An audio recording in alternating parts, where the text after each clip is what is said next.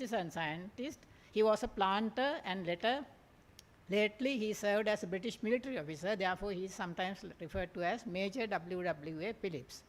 So these are examples to say that some of the colonial people also acknowledged, accept and honored our traditional citizen science. Although the name citizen science was not there, the citizen scientists were practicing their craft for a long time in this country.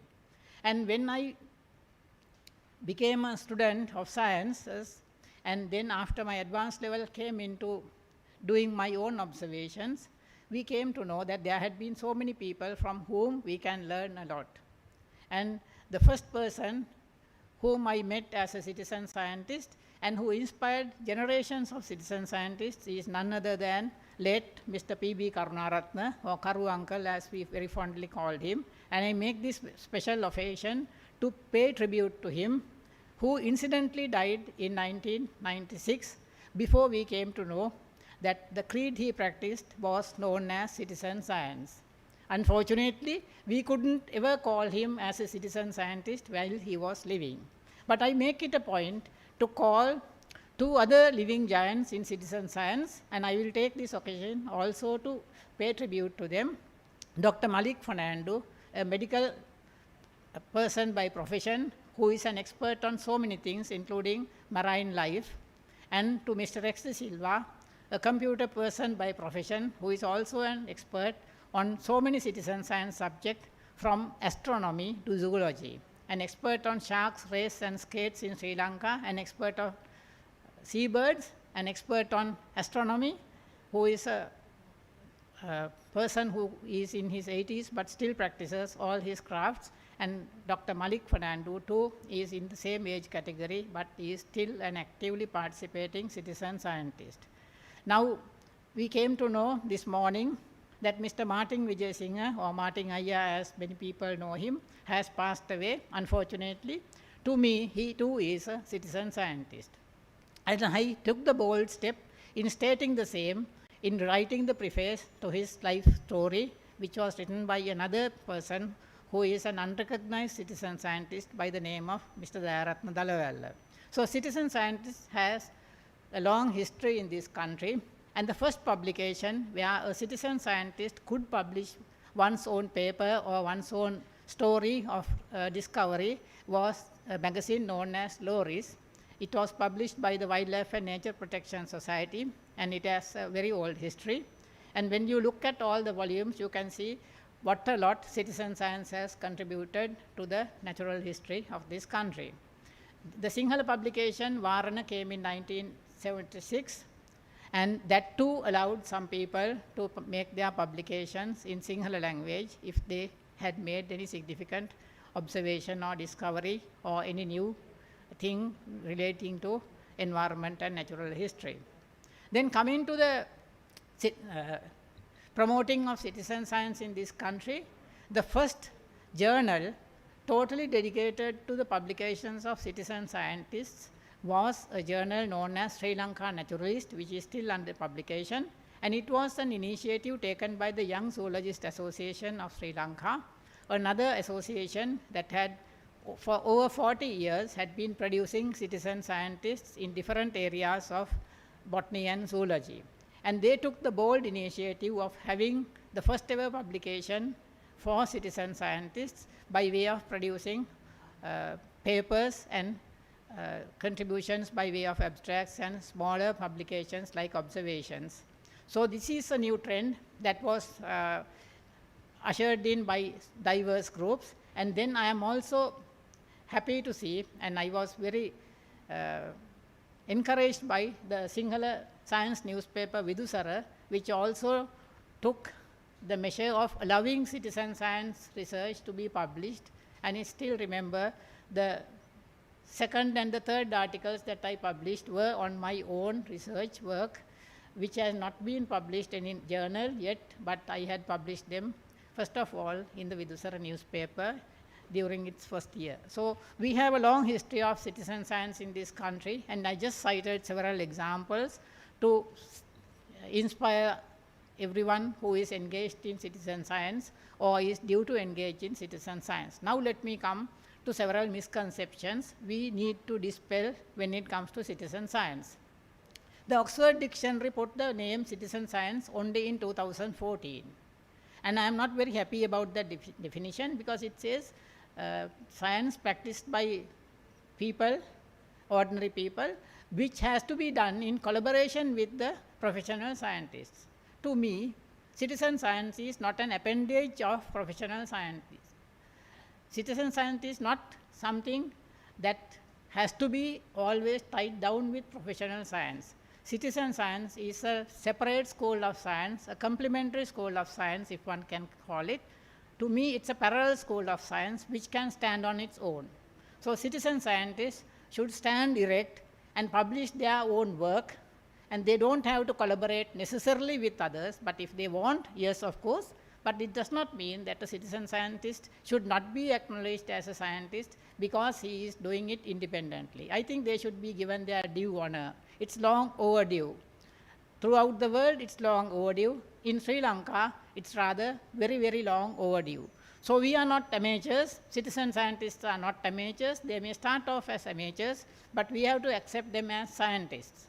And refreshingly, there are certain scientists in this country who are professional scientists in one field, but are citizen scientists in other fields. So that is another very refreshing trend, and that trend also has to be encouraged. We should never belittle them by saying, you have studied molecular biology, why are you looking at butterflies? Or you are an engineer, why are you looking at butterflies? To cite an example, Mr. Himesh Jayasinghe, he was an engineer, but he did a lot of work on butterflies, and now he is doing a lot of work on plants. And so is Mr. Mendis Wickramasinghe, a hepatologist who is a citizen scientist, and so is Mr. Samira Suranjan Karunaratne, another citizen science hepatologist. So they are doing very good work in identifying and describing new species, but nevertheless they are doing it on their own, and they are citizen scientists to me, and that is the trend that we want to show the younger generations of this country. Now coming back to the issue of citizen science, I think citizen science belongs to the future.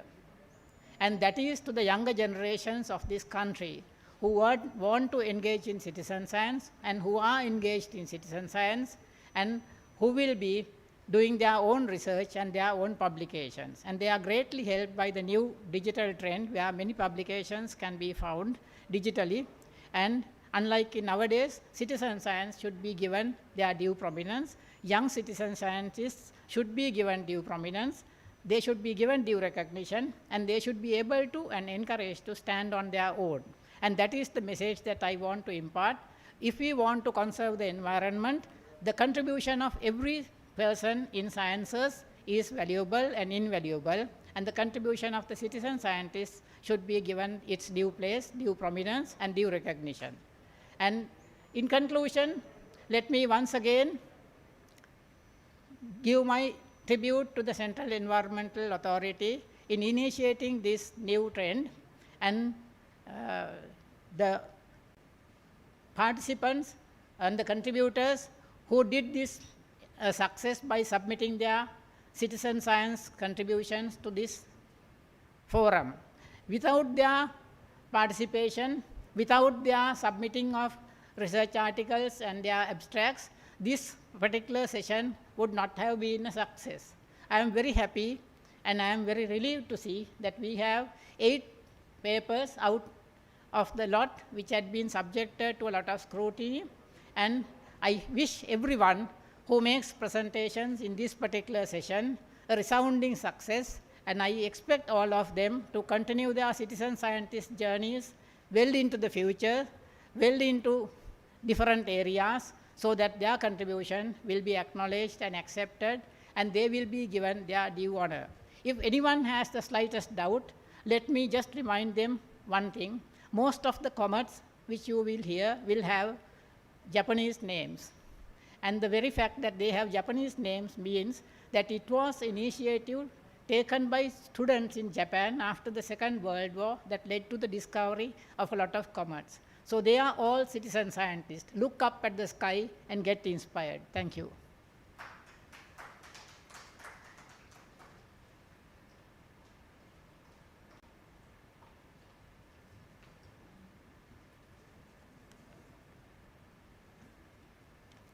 Thank you, dear sir, for your encouraging words. Before moving forward, I would like to introduce our honored panelists. Professor Hiran Amarasekara, Senior Lecturer of Department of Forestry and Environmental Science, University of Sri Jayawardhanapura. Professor Nihal Dayavansa, Professor in Department of Zoology and Environmental Sciences, University of Colombo. And Dr. Jagat Gunawardana, who is our keynote speaker for the day. Now, without further ado, let's commence the presentations. Dear presenters, you will be called on stage by your abstract title. 10 minutes will be given for your oral presentations and 5 minutes for the poster presentations. Your timer will be presented on screen while you present physically. 5 minutes will be allocated for the Q&A discussion by the panelists. Please be kind enough to stick to your given time limit to prevent any unnecessary delays. Panelists, are you ready? Presenters, are you ready? Let us begin. The first presenter for the day, the title, "The Clock is Ticking, Observations on Plastic Pollution in a Selected Stretch of Marine Environment in Dehiwala, Sri Lanka."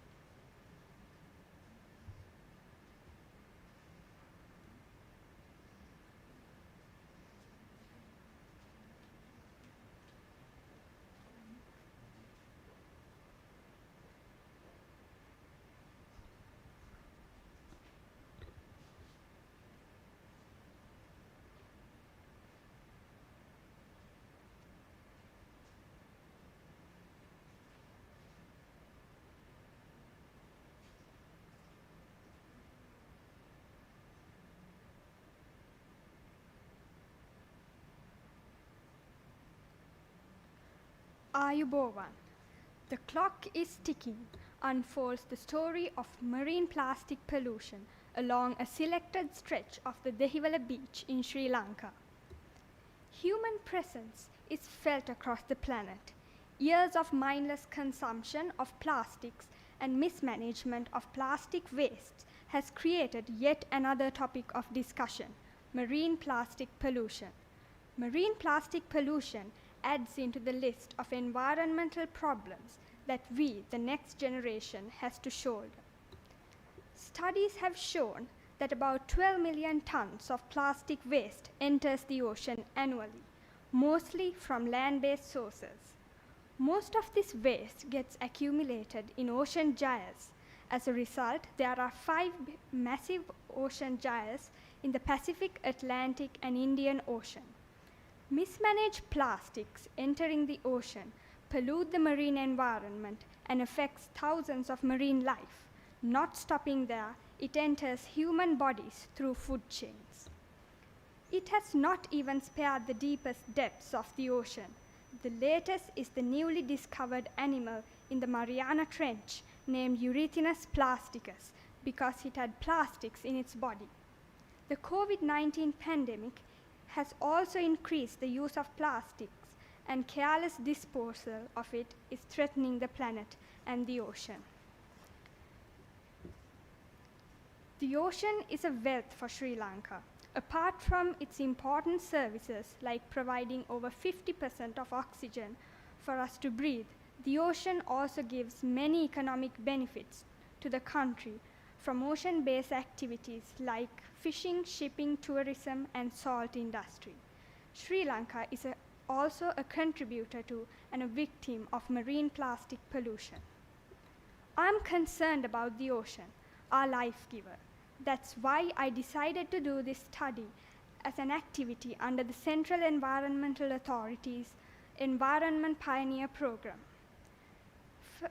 The objectives of this study are firstly to understand the types of plastic waste littering the site, the manner in which the plastics enter the site and the ocean, and activities in the site, efforts taken to keep the site clean, and people's behavior and response to plastic pollution.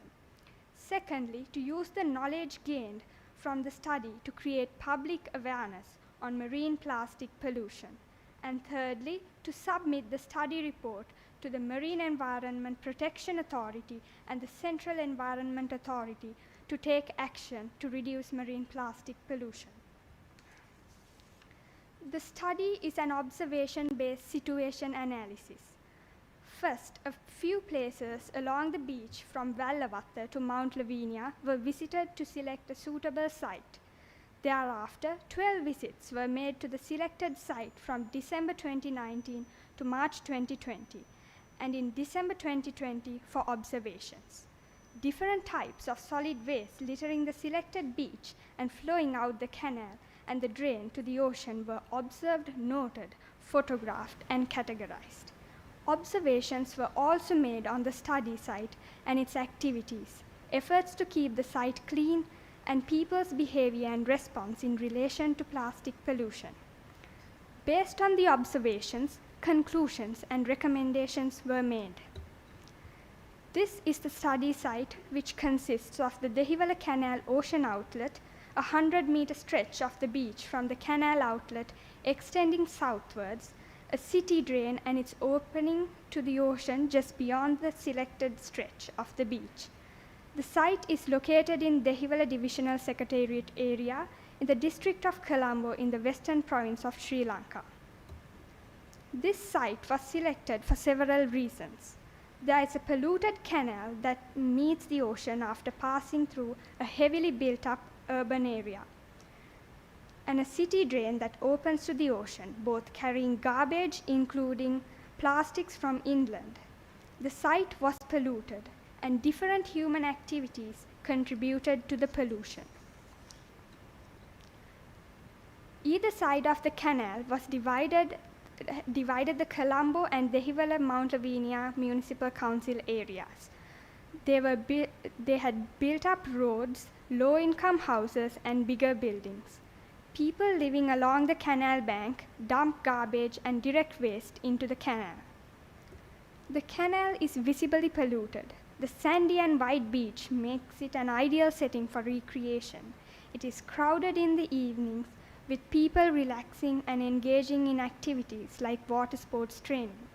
There are seaside restaurants as well. The Marine Environment Protection Authority and Coast Conservation and Coastal Resources Management Department and a school have erected boards educating the people to keep the site clean. Many government and private agencies have provided waste collection bins and facilities encouraging waste separation. Beach cleanups were also held. In December 2020, a waste trap was observed across the canal. COVID-19 related waste like masks were also observed during the visit. Solid waste including plastics from inland reached the ocean through the canal and the city drain. The waste trap placed across the canal prevented solid waste from reaching the ocean. The solid waste littering the beach included plastic items such as toothbrushes, sachets, straws, and PET bottles. People's behavior and response to plastic pollution was disappointing. Waste disposal facilities were not used as expected, and I was surprised to know that a lot of people in the site do not respond to sensory pollution. Dipping in the polluted ocean did not seem to bother them at all. The ocean strainer, the waste trap, helped in trapping most of the solid waste that once freely flowed to the ocean. However, a proper mechanism is required to dispose the waste trapped by it. Currently, the waste collected is dumped in the canal bank until disposed. As mentioned, the solid waste observed was noted, photographed, categorized initially into plastics and other waste. Then it was categorized into single-use and multiple-use plastics. Finally, with experts' knowledge, the single-use and multiple-use plastics were categorized into recyclable and non-recyclable to the extent possible. These are some of the different types of plastic items that were observed in the site. Other solid waste observed in the site included glass bottles, food waste, tires, paper plates, and bottle lids. The conclusions arrived at in relation to the analysis of waste is that most of the solid waste observed was plastic. Most of the single-use plastics were recyclable. Most of the plastics observed were single-use plastics, and most of the multiple-use plastics were also recyclable. Similarly, some of the items that are not recyclable in Sri Lanka can be recycled in other countries where technologies are available. In relation to the observations, it was very clear that the canal and the drain acted as conveyor belts, carrying waste from inland to the ocean. Beach users also contributed to marine plastic pollution. People visiting the site are not sensitive to sensory pollution, and most of them don't respond to awareness boards. Awareness, self-discipline, good attitudes and practices, and obeying the law will help reduce marine plastic pollution. As for the recommendations, it's very important that the government agencies, non-governmental organizations, community groups and media create continuous public awareness, especially amongst children, on marine plastic pollution. The agencies must control the use of unnecessary plastics and introduce heavy fines for polluting the ocean, beaches, rivers, drains, and land with plastics. The Colombo and Mount Lavinia municipal councils must collect solid waste from houses along the Dehiwala Canal regularly so that people don't throw the waste into the canal. Placing waste traps along the Dehiwala Canal at boundaries of the municipal councils and the urban councils through which it flows will help stop plastic pollution reaching the ocean. This can be used by the municipal councils and urban councils to improve their waste collection systems, to stop drains from opening to the ocean, and to educate people on marine plastic pollution. Also, businesses using plastics must educate the people on responsible disposal of plastic materials in their products, and convert into eco-friendly alternatives is very important. I would like to end my presentation by showing how these observations in the study gave rise to awareness programs through our small community group. Creating awareness fulfills the second objective of the study. It was also helped in achieving the goal target of the United Nations Sustainable Development Goal 14, Life Below Water. Also, the National Plastic Waste Management Action Plan 2021 to 2030 will show us the way to work towards reducing plastic pollution in Sri Lanka. Protecting the ocean is protecting the life on planet Earth. The clock is ticking. Let's act fast.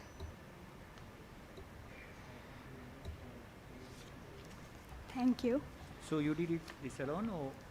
I did it with the help of my mother and my father, and I took experts' knowledge to categorize the waste that I observed into recyclable and non-recyclable. Did you actually observe the total solid waste? And No. from the total solid waste, what is the percentage of plastics? It was a random observation. We randomly observed the types of waste, not all the plastics. And then from that, 53% was single-use plastics from the waste that I observed. So you are part of any school environment organization or anything, but you did your own? No, I am a part of the Environment Pioneer program of our school, Very good. and this was an activity of the presidential medal of that program, so I did this as part of that. Very good.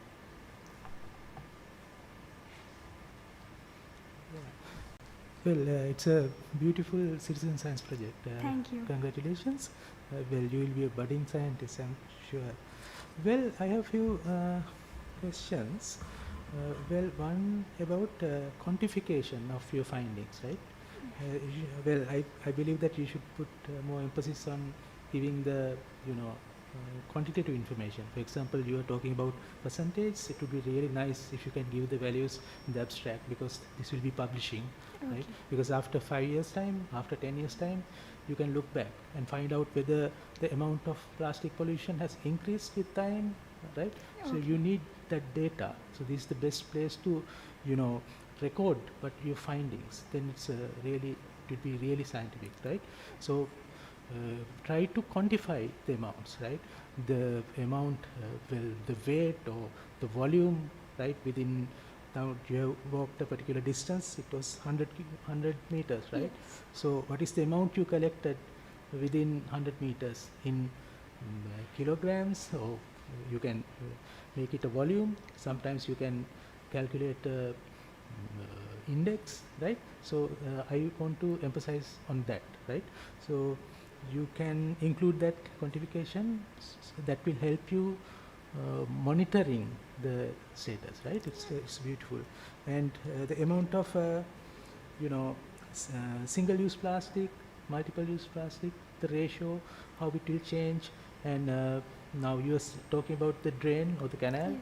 Close to the mouth, what is the amount? And when it going away from the mouth, what is the amount? What's the impact of ocean? Well, ocean also bring plastic to the thing. So that type of information really would be nice to see, right? It's a Okay. beautiful project.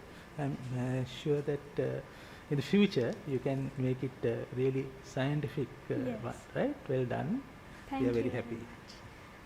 Well done, presentations. I think time is almost up. So I will limit it only to two suggestions. One is that this particular stretch of beach is facing new pollutants nowadays Yes. with the fire in the Express Pearl, and things like nurdles are constantly coming up. So if you can do another research, you can maybe find out, maybe it's a quick study, not a long prolonged research, how much of a percentage has been added by these new seaborne plastic material. The second point that I may like to make use is that there is now a program of cleanups. I think it is being done by the Devilakal Municipal Council. So maybe you can get some statistics and data from the material that they collect by way of that cleanup. Okay. I have seen them cleaning this stretch every morning and taking sweepings away. So you can see, as Professor Hiran Amarasekara said, what the percentage of plastic material is there in the total amount of solid waste, by weight and by volume, either way, or both ways is much better. Thank you. Thank you very much.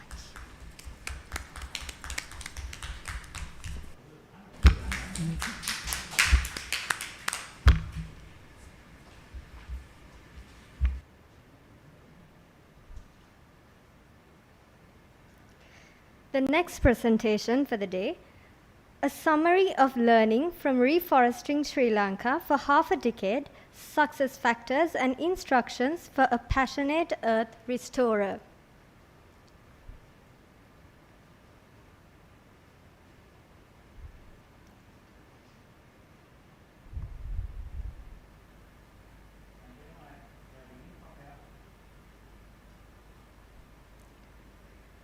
Since the presenter cannot be physically present today, My name is Achala Abhinadu Matlayakana, and I'll be presenting about the summary of learning from Reforesting Sri Lanka with Reforest Sri Lanka for the past 6 years or half a decade.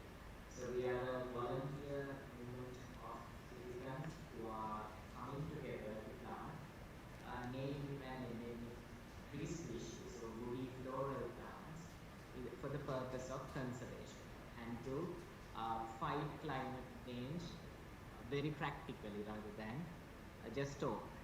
So we planted over 100,000 saplings from about 50 native species all over the country, depending on the suitability of these plants. So we started as a university social enterprise in 2015, and we've been growing ever since as a larger national citizen movement. So we are also one of the first, or maybe one of the very, very first citizen movements to use social media, especially Facebook, to propagate awareness about our activities. So we've been very successful in this regard, that there are so many other groups who have also started. So we started in 2015. And talking about the survival rate, so this is a very prominent question. We are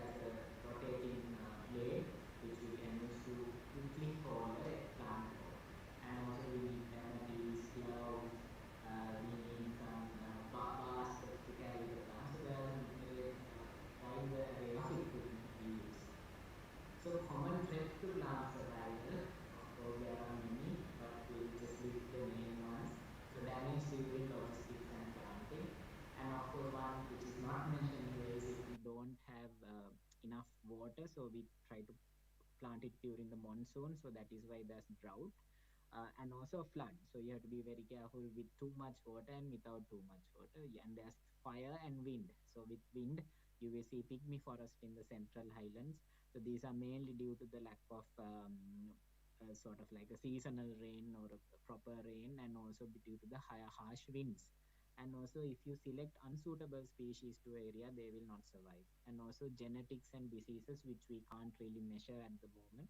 And then there are soil health and nutritional problems, because we see that after analyzing a few soil samples that there's a huge problem with the soil's NPK availability in the most of the soil, because the topsoil is usually eroded in our country. And also wildlife and human attacks. Wildlife, of course, would like to eat the fresh saplings we plant. They are usually new to the area also. And also then the humans will do various development activities, chain cultivations. They would put fire for fun. And then geology, terrain, pollutants, and many other reasons which we don't really understand yet. So we have to learn a lot more about reforestation. So some good practices, of course, planting a wide variety of species, and I study the outcome of their success. So we need to get those details and update the database and share it with everyone, because this area is still not very evolved in our opinion. So selecting primary and secondary species, some species will not survive in direct sunlight while others can, and some need other species to survive with. So you need to be careful, and you have to propagate some food trees for humans and animals as well. You don't only want to plant non-fruiting trees, you need some fruiting trees also. And also periodic site maintenance and improvements, like infilling the dead plants, adding compost, removing the shrub around the tree so that it receives sunlight. So there are many factors to maintenance of a site. So areas to improve this sector, government agencies need to be aligned with citizen efforts. Getting approval procedures, these are cumbersome and time-taking. They need to be supportive. And also there are no incentive schemes for citizens for tree planting and environmental conservation. So this needs to be addressed by the government. And also in the conclusion, the CEA and the Ministry of Environment should use inclusive automated systems with the Department of Wildlife Conservation, Forest Department, and of course state universities and conservation driven movements like ours, because you need a lot of all these agencies to work together, not individually. So otherwise there's no success. Also you need volunteer participation to bring about transparency.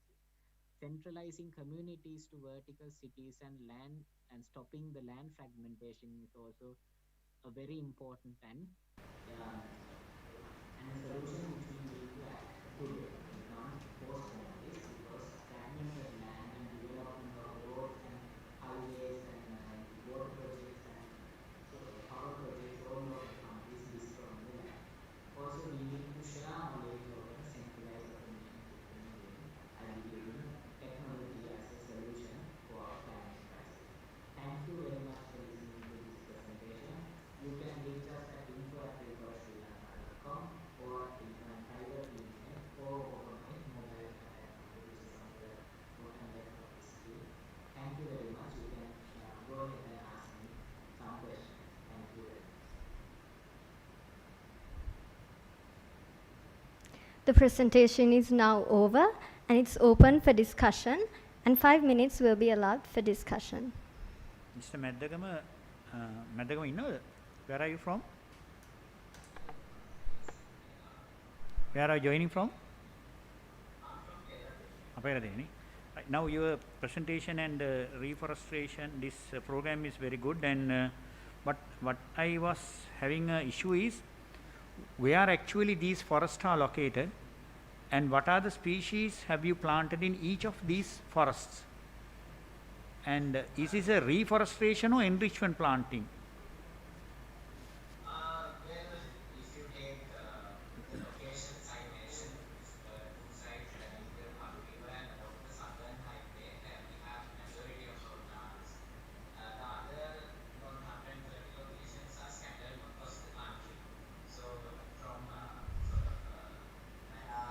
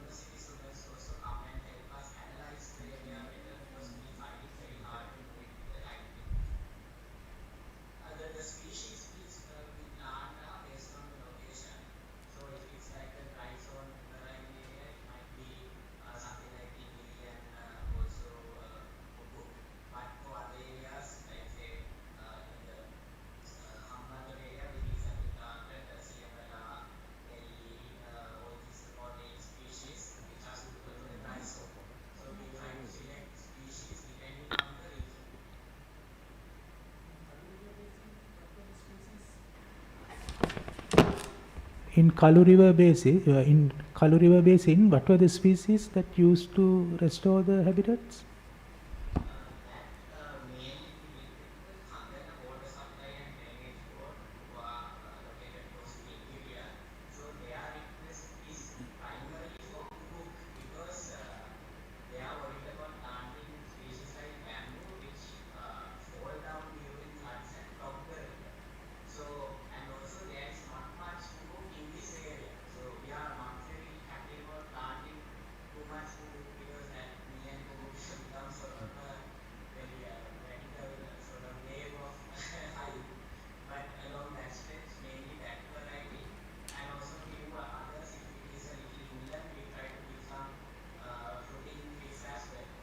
Other than Kubuk and me, well, which species you planted?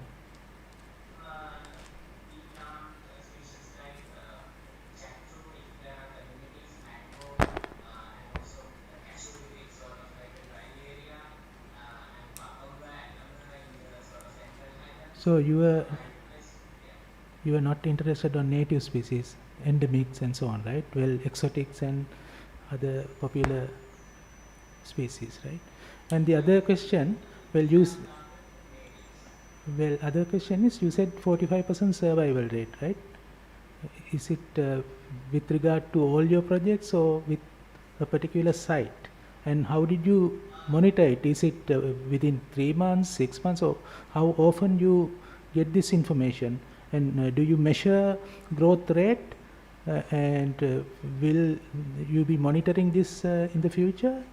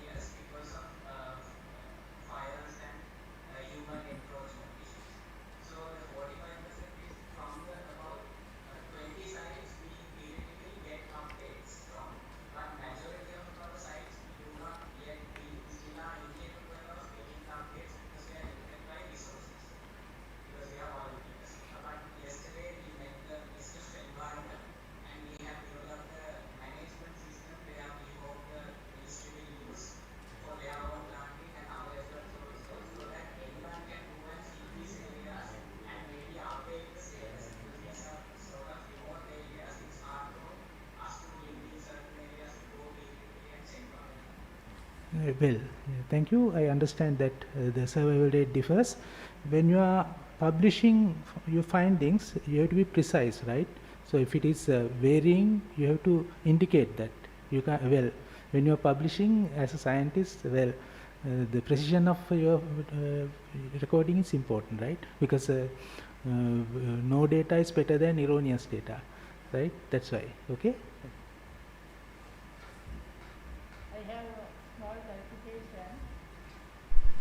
Before I make my remarks, what are the ownership of the land, what percentage is state land and what percentage is privately owned land of the total area that you have so far replanted?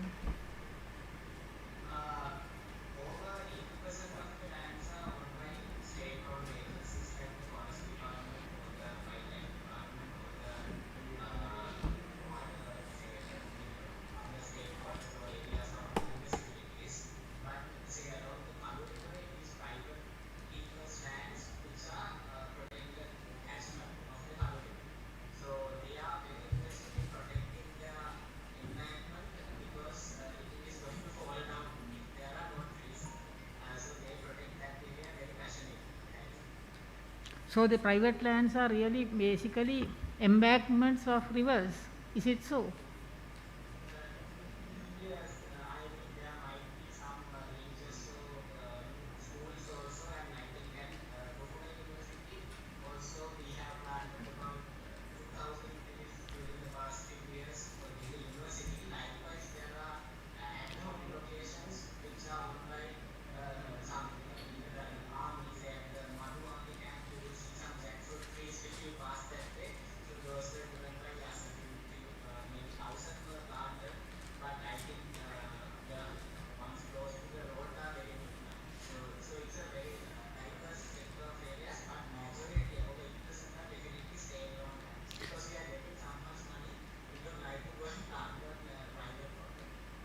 Yes, I asked that question from another perspective because when you plant trees, I think the most proper heading would have been a summary of learning from replantation, because some of the trees that you are been planting are really utility value trees, not really forest trees.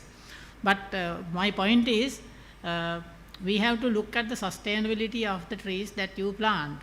So if it is a private property, we know that there are so many things that can be changing over the years, like the ownership, and the subsequent owner may not have the same interest like the previous owner.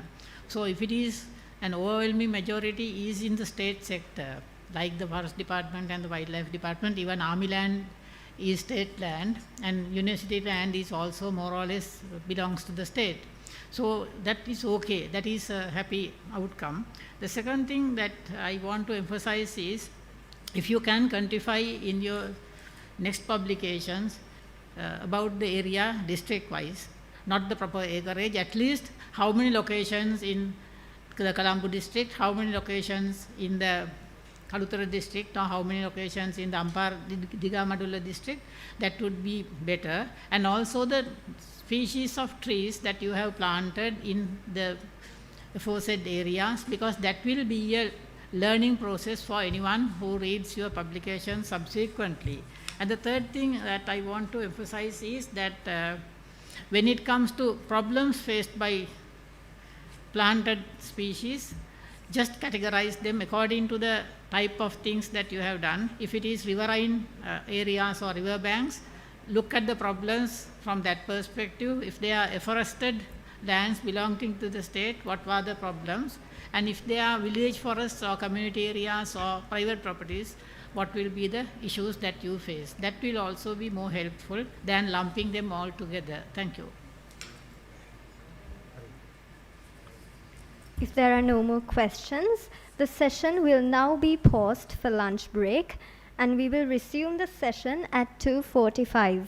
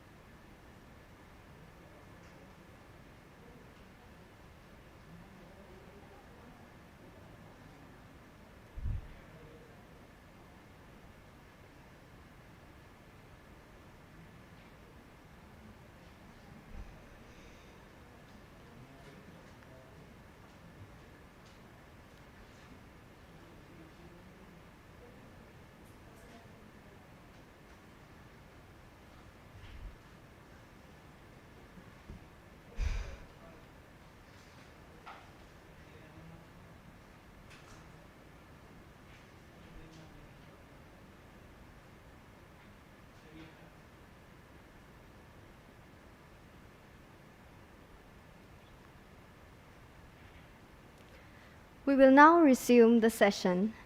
The next presentation is Observing the Degradation of Seagrass Meadows in Dikwella Beach, southern coast of Sri Lanka.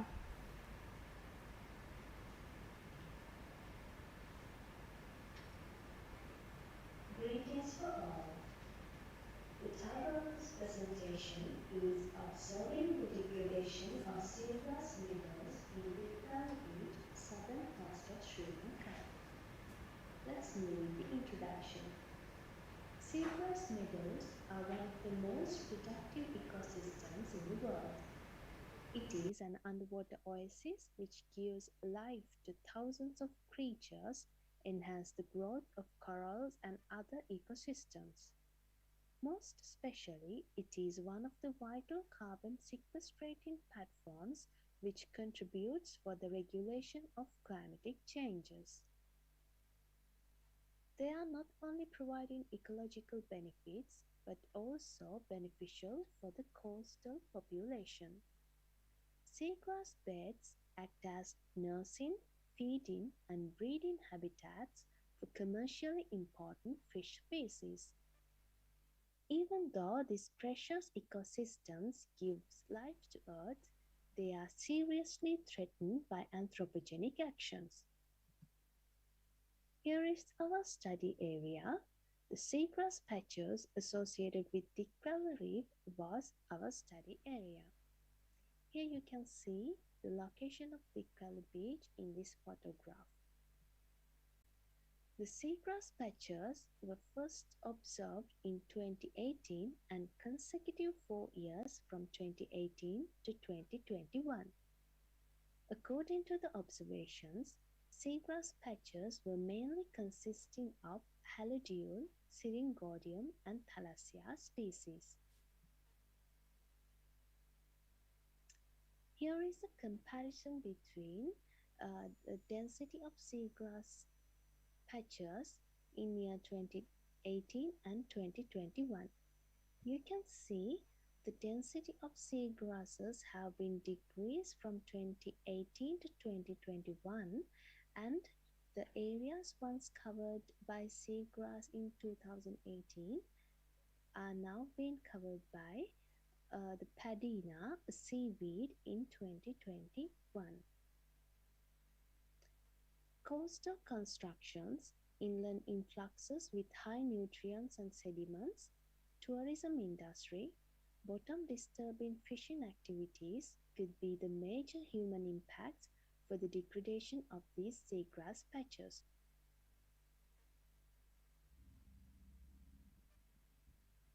Juvenile seagrass patches were initially observed in 2018, and it gave a clue of future potential to have large seagrass meadows and associated ecosystem in the Dikwella area. This area acts as a nursing, feeding and breeding habitat for ornamental and food fish species. Divers of seaweeds, some coral species, sea urchins, sea cucumbers, marine turtles, and huge assemblages of fish could be observed in this area. However, comparing to 2018, the size and the density of seagrass beds have gradually decreased. Meanwhile, massive fish assemblages which we observed in each year emphasized the importance of these ecosystems towards the livelihood of coastal population. In 2018, we could be able to encounter a couple of green sea turtles on the seagrass beds. As well as the density of seagrass patches, the clarity of the water also have been reduced with the year, and the areas once covered by seagrass in 2018 are now being covered by padina, a seaweed which is considered as a pollution indicator.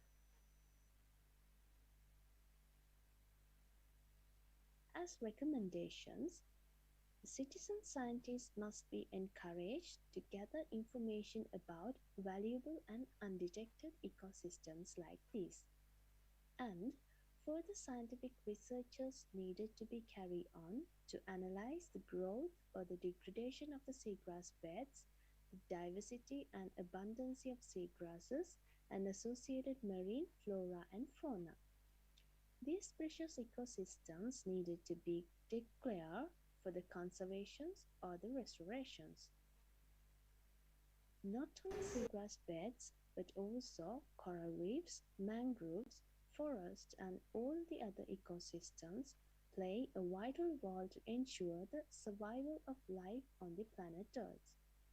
These ecosystems supply food to eat, air to breathe, water to drink, and much more services than what we see, like decomposition, water purification, erosion and flood control, carbon storage and climatic regulation, nutrient cycles, photosynthesis, creation of soil, etc.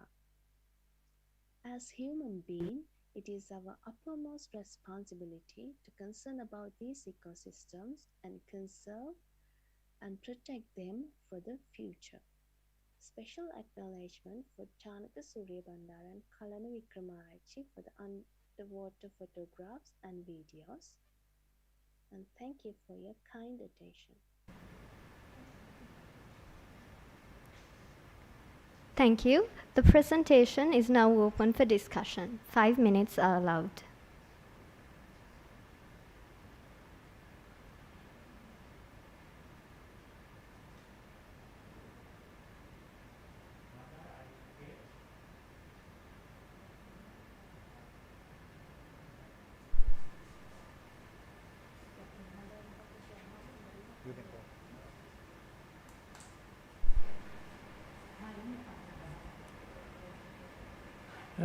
Ms. Bandara, how did the research question arose? What made you studying the seagrasses at the Valley?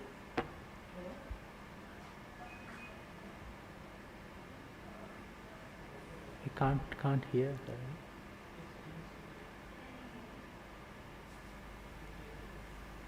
Can you hear me? Yeah, now can.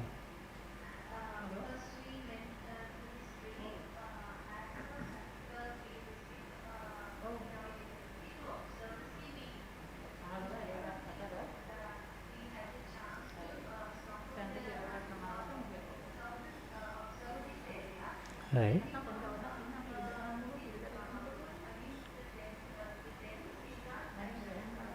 Right.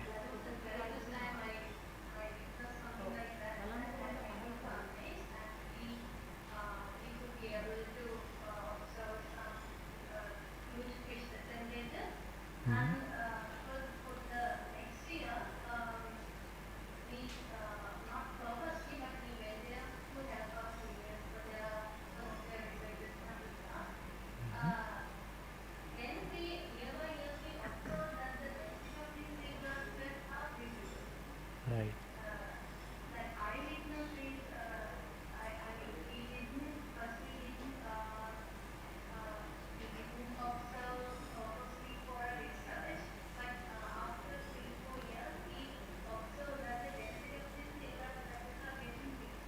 Right, that's an excellent observation. Yeah, that's really good.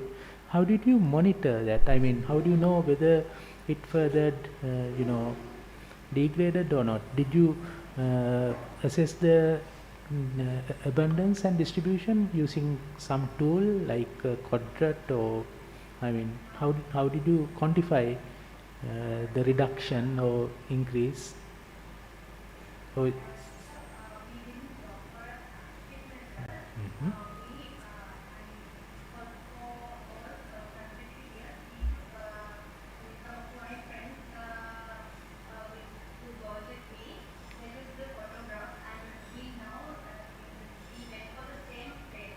right. Okay, you used a photographic method. Okay, that's fine. Yeah, yeah. Okay. First of all, I should congratulate you too for doing a research on a subject that is of vital importance but very little data is available. Although seagrass beds are a vital biological resource along the coast, very little observations, research and attention has been paid. So this paves the way for further research and further interest in trying to protect these areas, and that is one thing, one observation. The second observation is that you have mentioned the importance of citizen science in preserving and researching these areas. I saw the term citizen science in the abstract. It says the knowledge of citizen scientists. So you have acknowledged that role. Yes, that is something that we have to utilize alongside the regular science, as I also said in my own presentation. And the second thing is, you mentioned that fact and emphasized it even in your presentation now. I am very happy about that, because this is something that we have to look at very quickly and very deeply. So rather than relying on the very few scientists like you who have been doing these things, we have to have a team of volunteers to be trained as citizen scientists if we want to protect these 100,000 odd hectares of remaining seagrasses. So I congratulate the two of you once again. Thank you.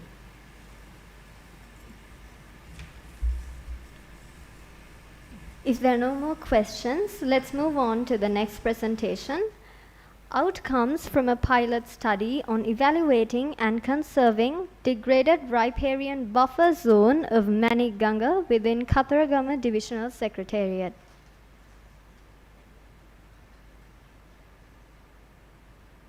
Good day to you all. So I am here to share the outcomes of a recent study we conducted on evaluating and conserving the degraded riparian buffer zone of Manikganga within Katharagama Divisional Secretariat area in Maharashtra district.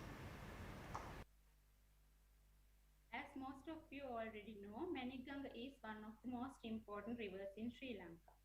It's the 13th longest river in Sri Lanka, having 140 kilometers length.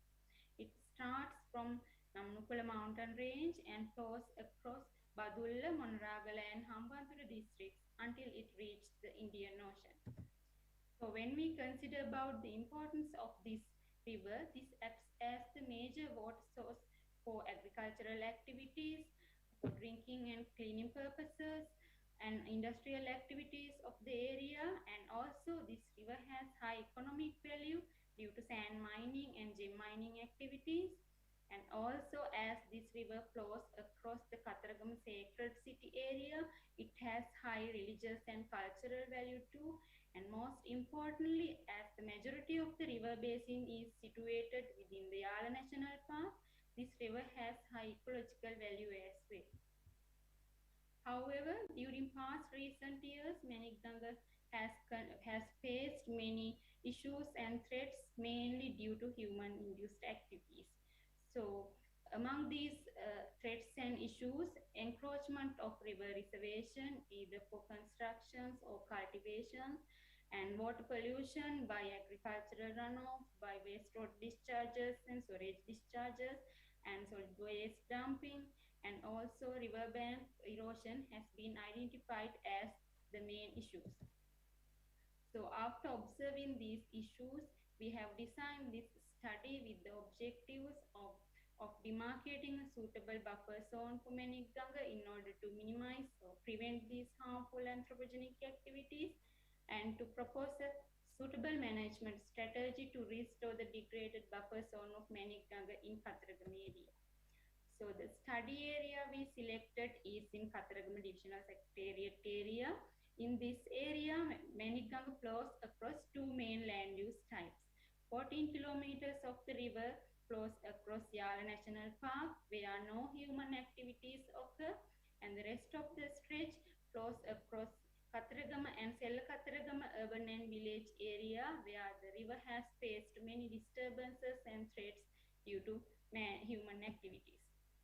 Here you can see the area we selected for our study.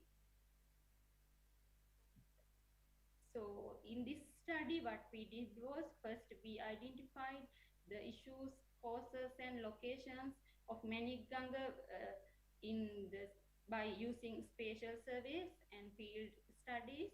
And also we have conducted several discussions with the relevant government authorities, public and NGOs.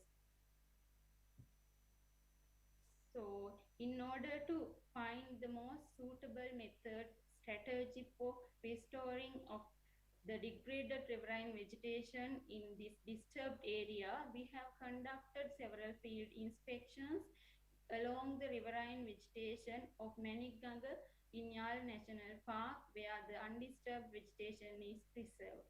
And we have identified dominant plant species in this undisturbed natural riverine vegetation by random encounter surveys. So as results, we could identify about 80 locations with issues like clearing of riparian vegetation for cultivations and constructions, solid waste dumping, wastewater discharge, riverbank erosion, and illegal sand mining activities. As you can see in this graph, majority of the issues were constructions and cultivations conducted within the river reservation area. These are some of the photographs of the issues identified along Maniganga, so like unauthorized and unplanned constructions, improper cultivations, sand mining activities in riverbed and riverbank area, wastewater discharge into the river and solid waste dumping into the water flow and to the reservation area. And as we identified during the study, the major reasons for these harmful anthropogenic activities causing river degradation were urbanization, landlessness, and economic instability of the community surrounding the Maniganga area. So as stated in the State Land Ordinance number 8 of 1947, in a state land adjacent to a public stream shall maintain a 60-meter reservation from the stream. So all the 80 locations we identified with issues were in the state lands belong to Kataragama Divisional Secretary, and almost all the harmful activities were conducted within the 60-meter area from the river bank. So with that, we propose that 60-meter wide area from both banks of Maniganga shall be maintained as the optimal buffer zone in order to protect the river and its reservation. So we could physically mark this buffer zone with irrigation department boundary poles with the collaboration of irrigation department. So as one of the objectives of this study was to propose a management strategy to restore the degraded buffer zone identified, we proposed the re-establishment of the degraded riverine vegetation in disturbed area by replanting the plant species we identified in the undisturbed riverine vegetation within the Yala National Park. So most dominant plant species we could identify within the undisturbed area were Terminalia arjuna, Diospyros malabarica. These two were the most dominant plant communities, and species like Maduka longifolia, Polyalthia longifolia, and Ixora coccinea were also identified within the undisturbed riverine vegetation in Yala National Park. So as you can see here, both mature and young saplings were there, proving that under optimal conditions, these plant communities going through natural regeneration within the undisturbed areas. So with this study, we recommend that the demarcated 60-meter buffer zone shall be properly maintained, and that area shall be properly restored using the methodology proposed in the study, and the same vegetation restoration approach can be used for the restoration of other degraded riparian vegetation zones in Sri Lanka. However, as this acts as a pilot study, more studies shall be conducted in this area. So we propose to conduct more studies in more comprehensive floral diversity studies in the riparian vegetation, and studies on best replanting techniques, and the studies on success of the method in different land uses and landscapes, and natural regeneration of restored riparian vegetation. Thank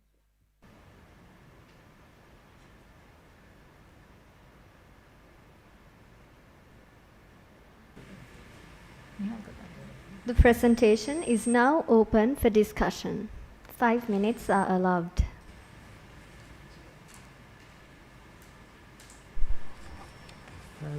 Ms. Bandara, it's a nice presentation. Well, I have few questions. One, can you tell me more about random encounter survey method? What is it? How did you do that?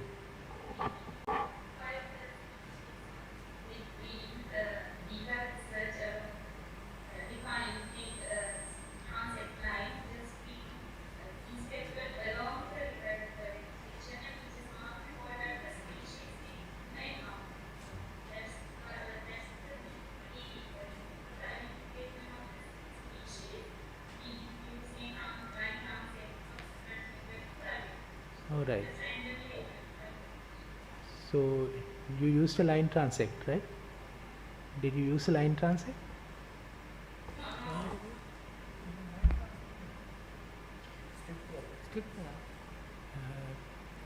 Right. Strips on transect. Right. Okay. Right. So if I ask you to compare the species richness of the degraded riverine forest and the untouched riverine forest, what would you say? Is there a remarkable difference?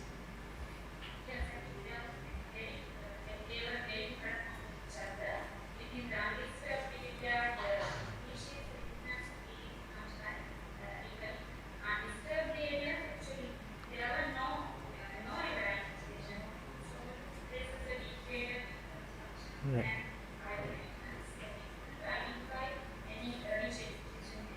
Right. So you have collected that data. You can include that in the abstract. What is the species richness of the untouched area and the degraded area? Then the value of the abstract will be very high. Right? Are you familiar with the diversity indices like Shannon Wiener? I mean, you are not. You are familiar. Yeah. So you can include. I mean, you can do further calculations. Right? Okay. Good study. Good study, I should say, with a clear intention, because you have decided this buffer zone as the 60-meter area on the bank, which is defined by the regulations under the State Lands Ordinance. So that's something that we can make use of to have some enforcement mechanism. So it is seen very clearly that this research has been done with the objective in mind. And as you had correctly said, this is something that can be replicated not only in Manikganga but in other places. So in that way, we can make use of this kind of a research to have a methodology to be used in assessing the protection of the river banks of other rivers and canals. That is the second strong point that I saw. Then I have a suggestion. Have you ever studied the fishes and other aquatic creatures in this river in the stretch that you made for the study? No,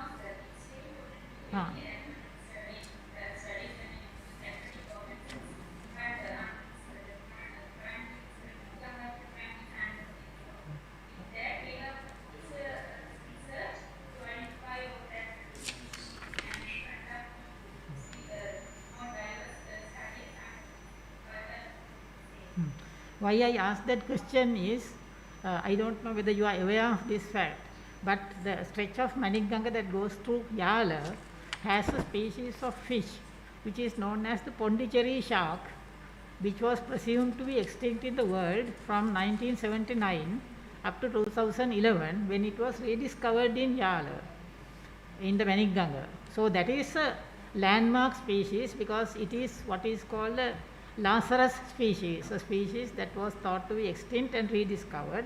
And the most important thing is that Maniganga has the only known freshwater population of the Pondicherry shark. So extend that study please to the fauna of the river, and you may come up with other species of much importance, or at least you will be able to do some further research on the Pondicherry shark, which had not been subjected to a good study after it was rediscovered by Mr. Madhura De Silva and his team in 2011. So extend the study and do a faunal study to compare with the floral study in the stretch of the Maniganga, taking particular interest to the freshwater area within the Yala National Park and outside to see how the human interventions have changed the fish fauna and the other aquatic fauna. Thank you.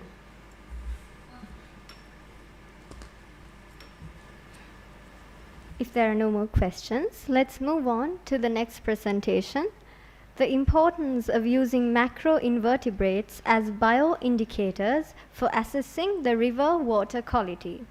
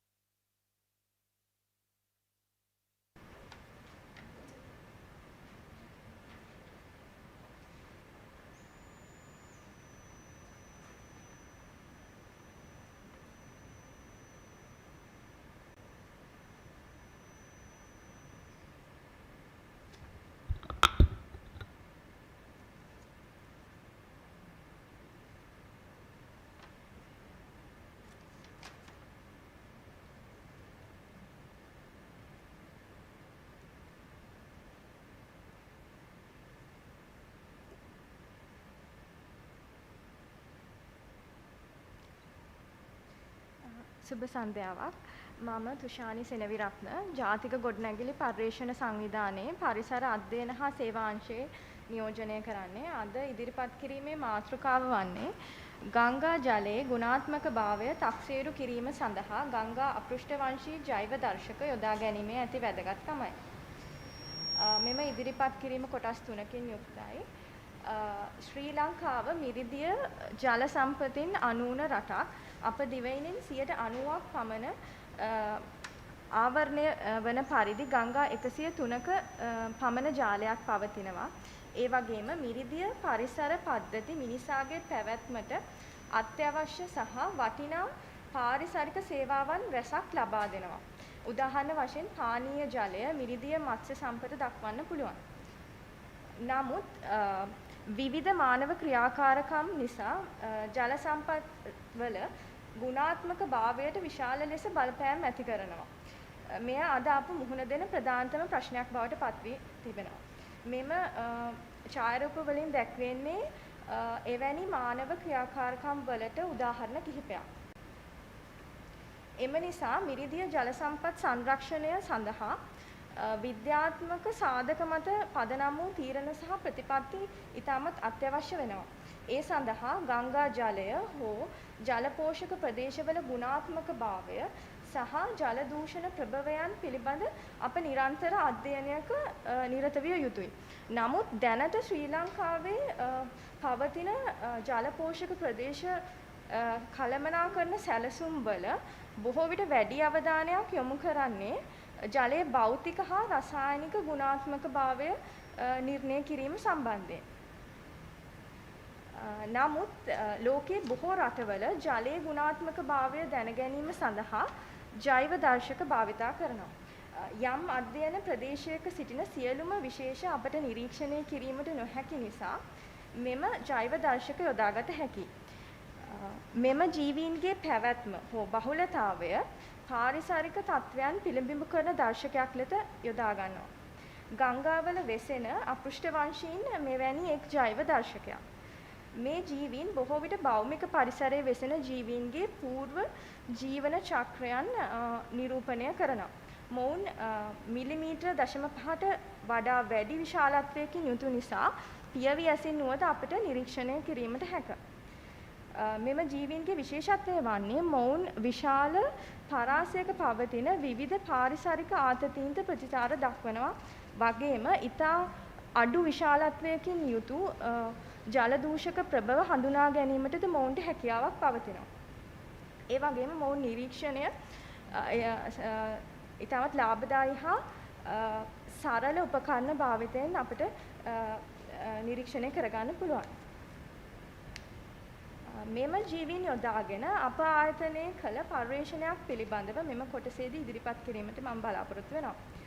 අප අධ්‍යයන ප්‍රදේශය ලෙස තෝරාගත්තේ ශ්‍රී ලංකාවේ මධ්‍යම කඳුකරයේ තිබෙන පොල්ගොල්ල ජලපෝෂක ප්‍රදේශයයි. මෙහි විවිධ ඉඩම් පරිහරණ රටා අපට දැකගත හැක. උදාහරණ විදිහට නාගරික, අර්ධ නාගරික, තේ වතු, ගෙවතු වග ආදිය දක්වන්න පුළුවන්.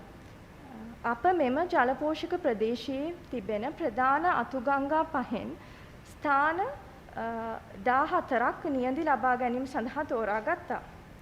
ඊට අමතරව මිනිස් ක්‍රියාකාරකම් අවමයයි සැලකිය හැකි එම ජලපෝෂක ප්‍රදේශයේම පවතින දුනු මඩලාව රක්ෂිතයෙන්ද ස්ථාන 3කින් නියැඳි ලබා ගත්තා. මෙම ඡායාරූප වලින් දැක්වෙන්නේ අප නියැඳි ලබාගත් ආකාරයයි. නියැඳි ලබා ගැනීම සඳහා මයික්‍රෝමීටර 500ක දැලක් අපි භාවිතා කරනු ලැබුවා.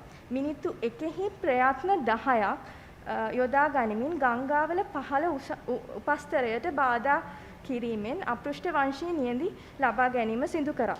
පසුව එම සියලුම ජීවීන් වර්ග කොට හඳුනා ගත්තා. මෙම අධ්‍යයනයේදී අප සිග්නල් යන ජෛව දර්ශකය භාවිතා කරා. මෙම දර්ශකයේහි බිඳුවේ සිට 10 දක්වා වූ සංවේදීතා ශ්‍රේණියක් යොදා ගන්නවා. එහිදී ඊටමත් අඩු අගයන් ලබා දෙන්නේ පරිසර දූෂණයට ඔරොත්තු දෙන ජීවීන් වර්ගවලට වන අතර ඊටා ඉහළ අගයන් ලබා දෙන්නේ පරිසර දූෂණයට සංවේදී ජීවීන් වර්ගවලටයි. ඒ වගේම එක් ජීවීන් වර්ගයට අයත් සතුන්ගේ බහුලතාවය අනුව නැවතත් අගයන් ලබා දීමේ පද්ධතියක් මෙම ගණනය කිරීමේදී යොදා ගනු ලබනවා. අවසාන සිග්නල් අගය ගණනය කරනු ලබන්නේ මෙම පෙන්වා ඇති සමීකරණයෙන්. ඒ වගේම එක් නියැදියක තිබෙන විවිධ වූ ජීවීන් වර්ග ගණන සහ සිග්නල් අගය ප්‍රස්ථාරයක සටහන් කර වඩා පහසු අර්ථකථනයක් ලබා ගන්න පුළුවන්. ඒ වගේම මෙම ප්‍රස්ථාරය තවදුරටත් කොටස් 4කට බෙදාගත හැකි. ඒ සඳහා පාරිසරික ගුණාත්මක භාවයේ ඉහළ හෝ ජල දූෂණ ප්‍රභවයන් අවම ස්ථානයක අගයන් භාවිතා කිරීම සුදුසුයි. මෙම අධ්‍යයනයේදී අප ඒ සඳහා යොදාගත්තේ දුනු මඩලාව රක්ෂිතයෙන් ලබාගත් නියැඳිවල අගයන්. මෙම පර්යේෂණ ප්‍රතිඵලවලට අනුව ජල පෝෂක ප්‍රදේශය තුළ ජලයේ ගුණාත්මක භාවයේ විශාල විවිධත්වයක් අප හඳුනා ගත්තා. එකම අතුගංගාව තුළ පවා ජලයේ ගුණාත්මක භාවයේ විශාල වෙනස්කම් අප නිරීක්ෂණය කරා. ඒ වගේම බොහෝ ස්ථානවල ජලයේ ගුණාත්මක භාවය අඩු හෝ බරපතල ලෙස ජලය දූෂණයට ලක් වී ඇති බව පෙන්눔 කළා. මීට අමතරව පොල්ගොල්ල ජලපෝෂක ප්‍රදේශයේ ප්‍රධාන අතුගංගාවලින් ලබාගත් ජල සාම්පලවල ජලයේ රසායනික ගුණාත්මක භාවය සමග මෙම පර්යේෂණ ප්‍රතිඵල සැසඳීමකටද ලක් කරා. මෙහිදී අතුගංගාවල ජලයේ රසායනික ගුණාත්මක භාවය දුනු මඩලාව රක්ෂිතයෙන් ලබාගත් ජලයේ රසායනික ගුණාත්මකතාවෙන් කොපමණ අපගමනය වනවාද යයි අප නිරීක්ෂණය කරා. එම රටාවට සමාන රටාවක් ජෛව දර්ශක අගයන්ගෙන්ද අප නිරීක්ෂණය කළා. අවසාන වශයෙන් ගංගා අපෘෂ්ඨවංශී ජෛව දර්ශක ගංගා ජලයේ ගුණාත්මක භාවය සඳහා තක්සේරු කිරීම සඳහා ඉතාමත් සාර්ථකව යොදාගත හැකි බව මෙමගින් නිරීක්ෂණය වුණා. මෙම සමීක්ෂණ සිදු කිරීම ඉතාමත් පහසු බැවින් දේශීය ප්‍රජාවන් වඩාත් අර්ථවත් ලෙස ජල සම්පත් කළමනාකරණයට සහභාගී කරවා ගැනීමට මෙවලමක් ලෙස මෙම සමීක්ෂණ අපට යොදාගත හැකියි. බොහොම ස්තුතියි.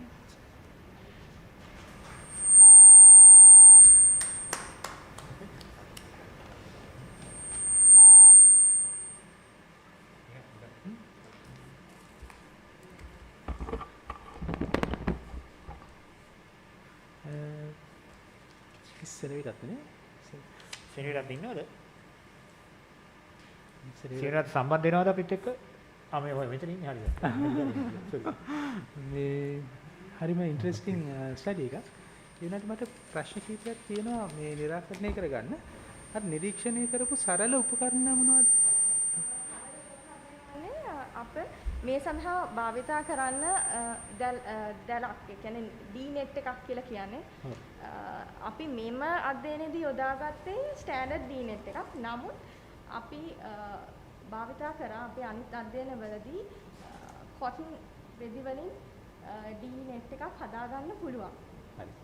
ඒ වගේ සාර්ථක ප්‍රතිඵල ලබා ගන්න පුළුවන්. ඒකට සාම්පල් කලේ වතුරද එහෙම නැත්නම් උපස්තරයේද මේ සබ්ස්ට්‍රේට් එකද?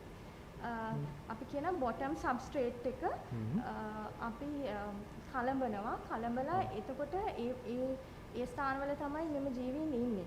එතකොට එයාලා වතුරත් එක්ක මේ net එකේ දැවටෙනවා. ඊට පස්සේ net එකෙන් ඒකට මඩ සාම්පල් තමයි ලබා ගත්තේ නේ. බොටම් සබ්ස්ට්‍රේට්. බොටම් සබ්ස්ට්‍රේට්. ඒක ගත්තේ කොහොමද?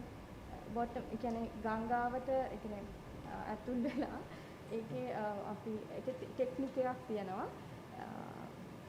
ඒ කියන්නේ බොටම් සබ්ස්ට්‍රේට් කියලා කියන්නේ මේ ගංගාවට බැහැලා ගංගා පතුල කකුල මගින් කලතනවා. කැළඹීමට ලක් කරනවා D-net එක ඉදිරියෙන් තබාගෙන. එතකොට වතුරත් සමග අර කැළඹීමෙන් ජීවීන් ගමන් කළ වතුර සමග ජල පහරත් සමග ඒ net එකේ දැවටෙනවා. ඊට පස්සේ net එක වෙනම අරගෙන ඒ ජීවීන් වෙනම මේ එකතු කරගෙන වර්ග කරලා හඳුනා ගන්නවා.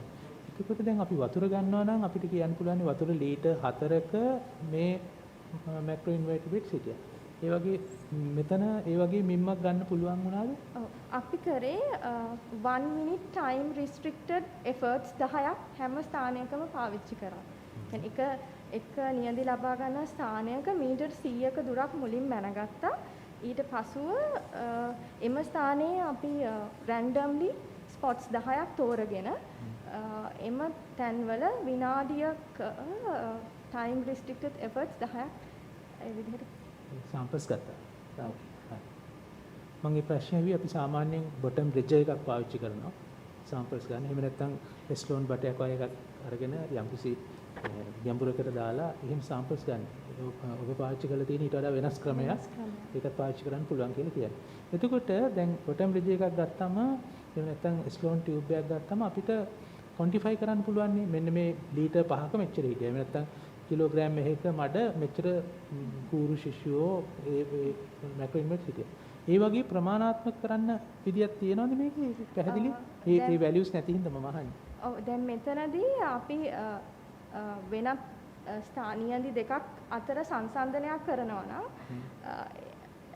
විනාඩියක efforts 10ක් time restricted efforts 10ක් එතනත් කරන්න ඕනේ. එතකොට තමයි සමාන ප්‍රමාණයක් අපි කියන දැන් අර කිලෝමීටර්. එතකොට රේන්ජ් එක මොකක්ද හම්බුනේ? සත්තු හිටිය ස්පීසිස් කොච්චර හිටියද එක උදාහරණයක් හැටියට මට කියන්න. හරියටම ඕනේ නැහැ. අනිත් එක උපරිම අවම සහ උපරිම වගේ අගයන් මොන වගේ වේද හම්බුනේ? එතන නැති හින්දා මම අහන්නේ. මට අදහසක් ගන්න.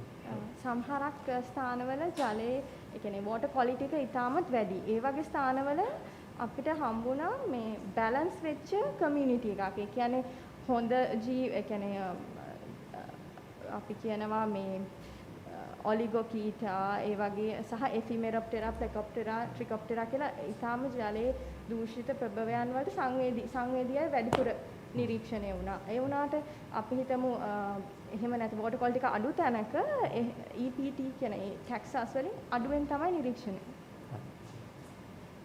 හරි.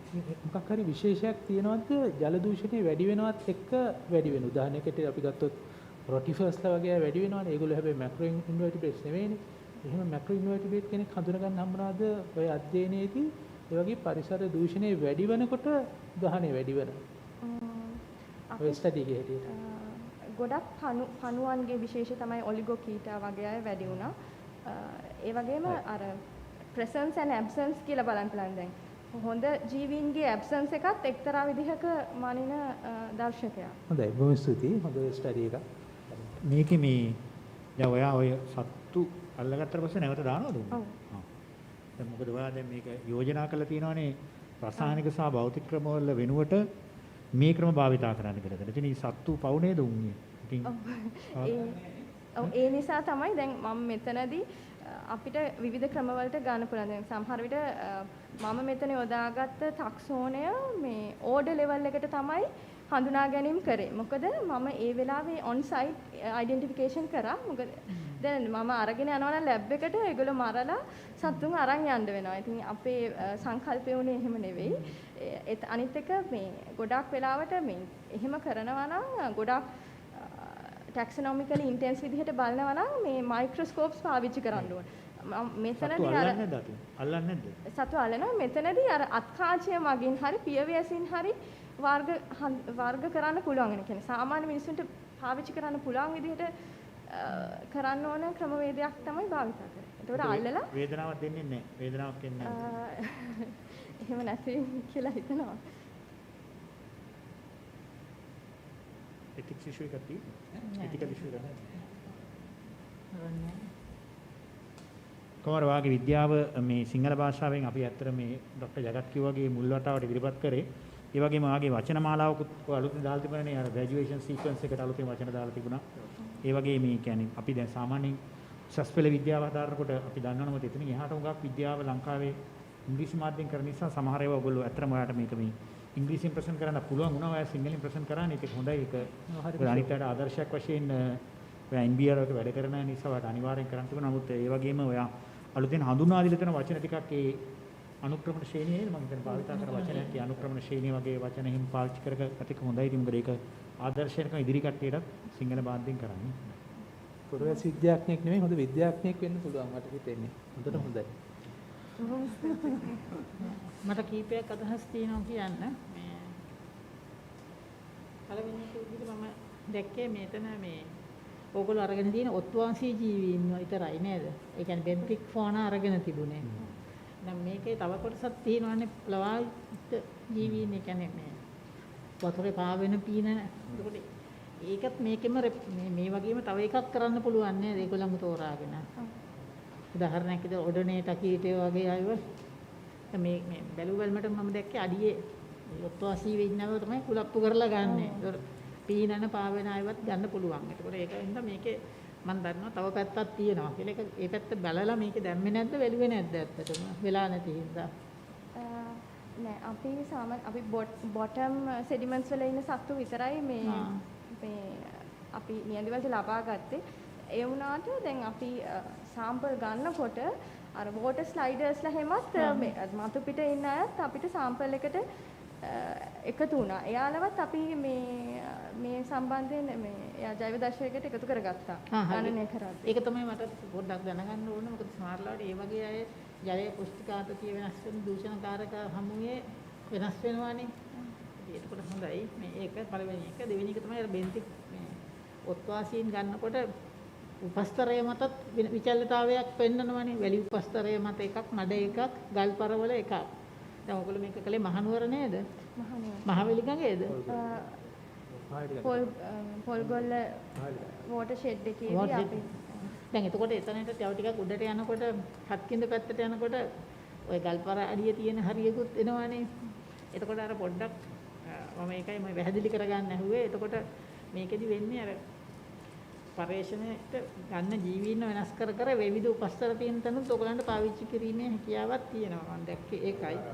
මේක රැපිඩ් මෙතඩ් එකක් හැටියට හොඳටම හොඳයි. හොඳටම හොඳයි. අර මයික්‍රෝ හැබිටට්ස් වෙනම ගන්නවා නම් අපි විශේෂිතු ක්‍රමවේදයකට යන්න ඕන. මෙතන තියෙන රැපිඩ් මෙතඩ් එකක් හැටියට හොඳටම හොඳයි. ඊළඟ වැදගත්ම දේ මම දැක්කේ ඒක අවධාරණය කරලා කිව්වා මේක වෙන අයට පාවිච්චි කරන්න පුළුවන් කියලා. දැන් මේ අපි යන්නේ පුරවැසි විද්‍යාව සිටිසන් සයන්ස් 80ක් නිසා සාමාන්‍ය ලොකෝ විද්‍යාත්මක ශක්තියක් නැති සාමාන්‍ය විද්‍යාත්මක දැනුමක් තියෙන කෙනෙකුට පාවිච්චි කරන්න පුළුවන් ක්‍රමවේදයක් මේකේ හදලා තියෙනවා. ඒක ඔබතුමිය ගැලින්ම කිව්වේ නැතුවට මම මේක දැක්කා. ඒ ගැන අපි ගොඩක් සතුටු වෙනවා. මොකද සාමාන්‍ය ජනතාවට මේවට යොමු කරගන්න නම් ගොඩාක් අමාරු විද්‍යාත්මක දේවල් වෙන්න හොඳ නැහැ. දැන් ඔබ කරන්න පුළුවන්කම තිබුණත් නොකර ඉන්න එක හොඳයි මේකෙදි. මොකද එතකොට මේක උනන්දු කරනවා අනික් අයව. අවසාන වශයෙන් මට තව කාරණයක් තියෙනවා කියන්න. ඒ තමයි මේකෙදි සත්තුන්ව නොමරා හිරිහැර නොවෙන්න සදාචාරාත්මක රිසර්ච් එකක් නැත්නම් එතිකල් රිසර්ච් එකක් කරන ක්‍රමවේදයක් පෙන්වලා තියෙනවා. අපි හැම දෙයක් ගැනම සතුටුයි. මේ එක්කොටම වැඩිය ගොඩක් සතුටුයි. මම මගේ ප්‍රධාන අදහස් දැක්වීම කරන වෙලාවේ ඔබතුමී සම්බන්ධ වෙලා හිටියද? නෑ. මම මේ පරීක්ෂණ පත්‍රිකාව ගැන වෙනම කතා කළා. මම කිව්වේ මේ පරීක්ෂණ පත්‍රිකාව සිංහල මාධ්‍යයෙන් ඉදිරිපත් කරනකොට මේ කතාව එහෙනම් මම ආපහු කියන්නම් තප්පර 30ක් අරගෙන මේ පරීක්ෂණ පත්‍රිකාව මේ ආකාරයෙන් ඉදිරිපත් කිරීම තුළ ඔබ ලොකු අවධානමක් ගත්තේ. මොකද කවුරුවත් සිංහලෙන් දෙන්නේ නැහැ. මේක ප්‍රතික්ෂේප වෙන තිබිච්ච සම්භාවිතාවය වැඩි බැලුවල්මටම. දෙවෙනි එක අලුත් දෙයක් කරන්න ගොඩක් අය පැකිලෙනවා. ඒක නිසා මේ පුරවැසි විද්‍යා සැසියේ එක පරමාර්ථයක් වුණේ සිංහල සහ දෙමළ මාධ්‍යයන්ගෙනුත් පුළුවන් නම් පරීක්ෂණ ඉදිරිපත් කරන්න කියලා. මෙච්චරයි සිංහලෙන් ඇවිල්ලා තියෙන්නේ. ඔබ පළවෙනි සහ එකම එක්කෙනා. හැබැයි මේක මම දකින්නේ මේ අවුරුද්දේ පළවෙනි සහ එකම එක්කෙනා කියන්නේ එන අවුරුදු වල මෙවැනි අය ගොඩකට ඔබ ආදර්ශයක් සපයලා තියෙනවා. ඒ ගැන මම පුරවැසි විද්‍යාවේ අනාගතය දිහා බලලා ඔබට මගේ ප්‍රණාමය ගෞරවය පුද කරනවා. ඔබත් සමග සම්බන්ධ වෙච්ච අනික් අයටත් මේ කාරණේ කියන්න. ඒ සියලු දෙනාට මගේ ගෞරවය සහ ප්‍රණාමය, ස්තුතිය නෙවෙයි වචන දෙක ගෞරවය ප්‍රණාමය පුද කරනවා අනාගත පරපුරට. ඔබ මේ පුරවැසි පරිශ්‍රණයක් විතරක් නෙවෙයි පුරවැසි පරිශ්‍රණයක් බය නැතුව සිංහලෙන් ඉදිරිපත් කරන්න කියන පණිවිඩය, ආදර්ශය, ශක්තිය දුන්න එක ගැන බොහොම ස්තුතියි. ඊට අමතරව කියන්න ඕනේ මේක අපි අතරම මේ කොළඹ වටේවටත් අපිට කරන්න පුළුවන්. අපි කරමුද විශ්වවිද්‍යාලයේ ශිෂ්‍යාවනුත් අරගෙන එතකොට අපිට මේක රසායනික ඒවත් එක්ක ගුණාත්මකතාවයත් හරියට බලලා මේ සම්බන්ධතාවයක් තියෙනවද කියලා අපිට මේ ක්‍රමය තහවුරු කරන්න පුළුවන්. මේක හරිම ෂෝක් රිසර්ච් එක. well done. excellent.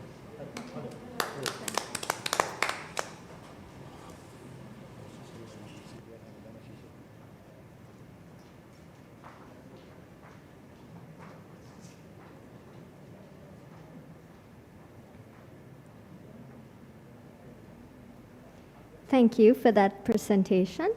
We will now move on to the next presentation, Urban Waste Management Practices and Improvement of Sanitary Facilities During Seasonal Pilgrimage, Anuradhapura Sacred City.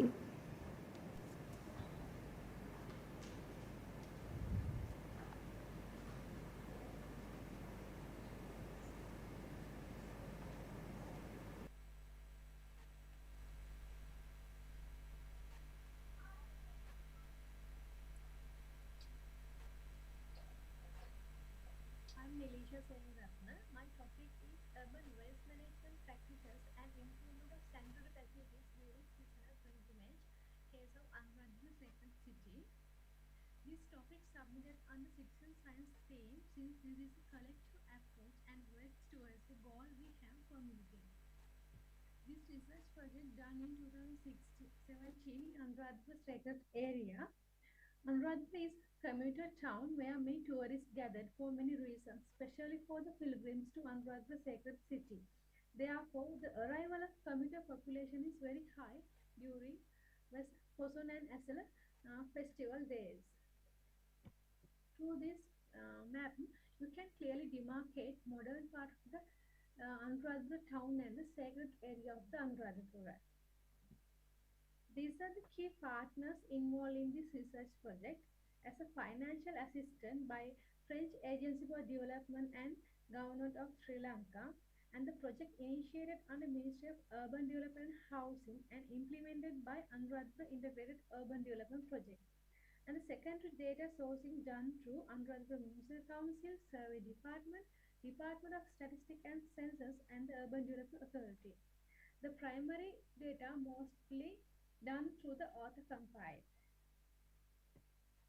The initial development intervention of this research project is identified by Anuradhapura Integrated Urban Development Project under the category of urban upgrading and public space enhancement by improving public service and amenities for visitors. As I mentioned earlier, this research project submitted under citizen science theme, and the project worked through a set of goals. So to achieve the specific objective of this research project, first identified the development context. Within the development context, mainly explicate that provision of sanitary facilities and improper solid waste management practices in Anuradhapura sacred area become a huge burden for Anuradhapura Municipal Council, since they are the key responsible partners for public amenities in the town, including sacred area. Further, through this development context study, around 2 million pilgrims plus tourists are visiting during Posan festival, and it is expected that only 30 to 40% of current requirement for public sanitary facilities can be provided during the festival season of Vesak Posan mainly. And there's no any practice of waste segregation system where waste are originating under the sacred area. Therefore, average of 25 to 28 tonnage of waste are collected on festival times. In that issue, this research project addressed to this issue by providing mobile toilet units and waste collection tractor trailers with inbuilt segregation cage can manage this up to 80 to 90%. This research project adapts this methodology to collect the data by adapting mixed approach in qualitatively and quantitatively by field survey, observation, informal interviews, and focus group discussions among pilgrims, tourists, residents, and the relevant officials during weekdays, weekends, and special ceremonial days in 2016 were carried out to collect the primary data, and the analysis done using primary and secondary data through mathematical calculation for demand analysis. In the demand analysis, first identified the total average user demand for the public services in Anuradhapura sacred area. In that, we could identify 1.5 to 2 million pilgrims visiting in Posan week in each year in 2014 to 2016, and around 2 million visitors in other full moon Koi day visited. In this map shows 144 number of permanent toilets among 24 blocks are located within the Anuradhapura sacred area.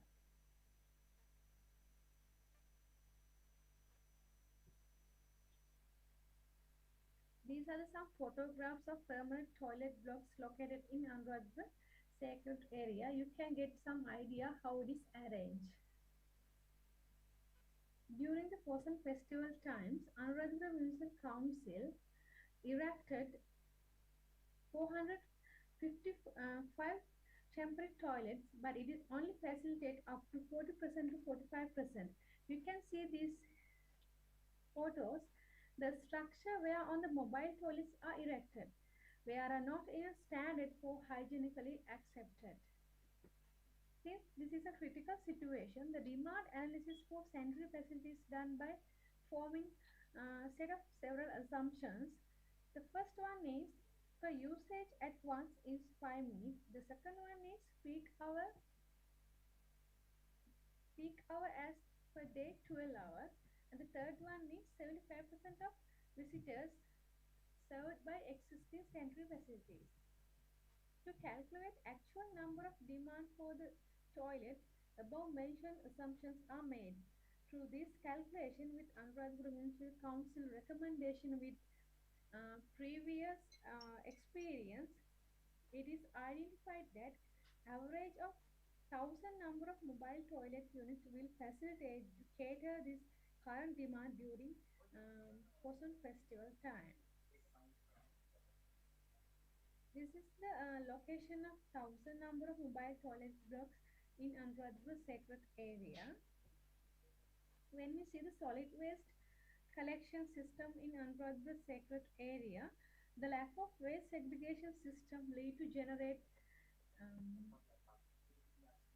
lead to generate mixed waste of average 25 tonnage per other full moon four days and the average of 80 to 100 tons during Poson week. This map and graphs says mainly waste collection places with their tonnage within the Anuradhapura sacred city. Year 2014 to year 2016, the waste collection is increased as graph shown.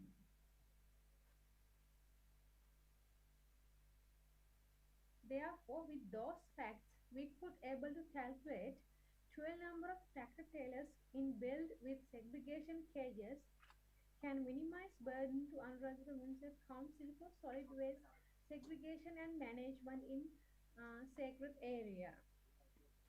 In these photographs, you can see how these projects look after implementation.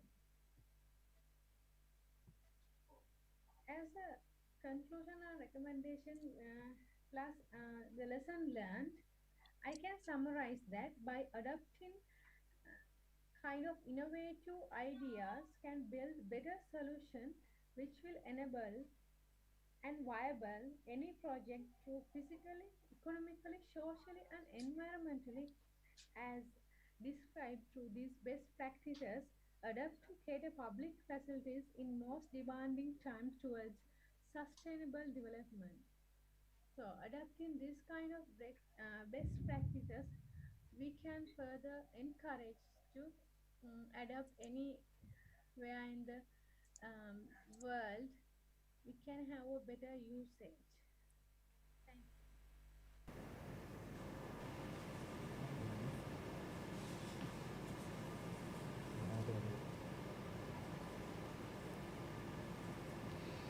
Thank you. Thank you. We will now be moving on to the poster presentations.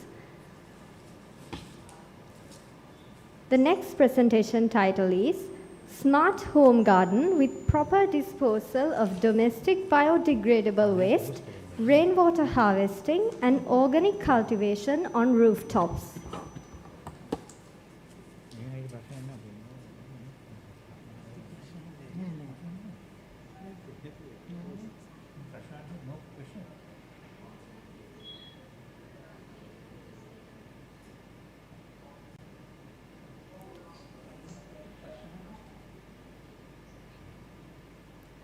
I'm sorry. We will now be moving on to the Q&A session of the last presentation. The presentation is now open for discussion.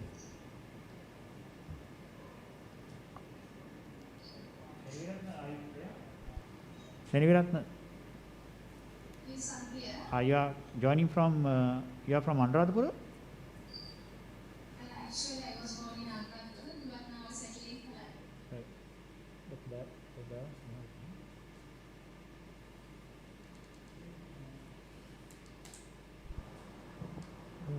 One clarification, right?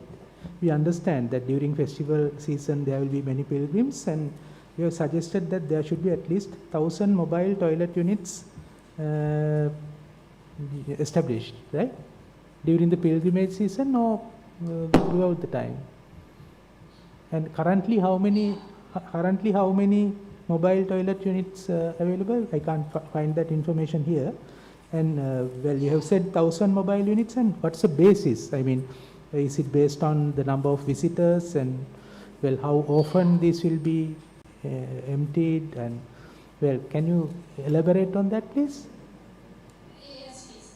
This 1,000 number of mobile toilets actually being calculated for only for during peak time. That will be in my presentation. I built several assumptions because throughout the 24 hours we can provide continuous service. So we calculate only for 12 hours. That will be noon hours. So during the day noon hours, we need 1,000 number of mobile toilets.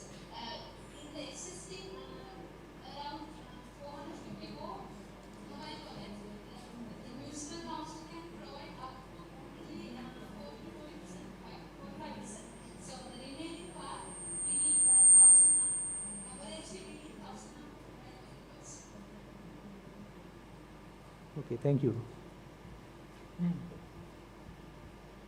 Okay, thank you.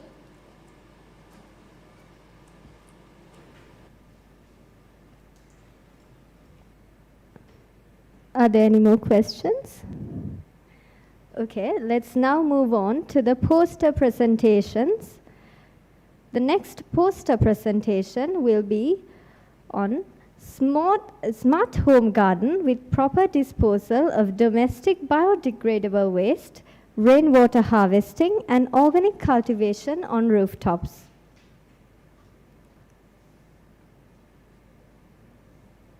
Hello, I am Sri Karnavardhana, an engineer from National Engineering Research and Development Center of Sri Lanka.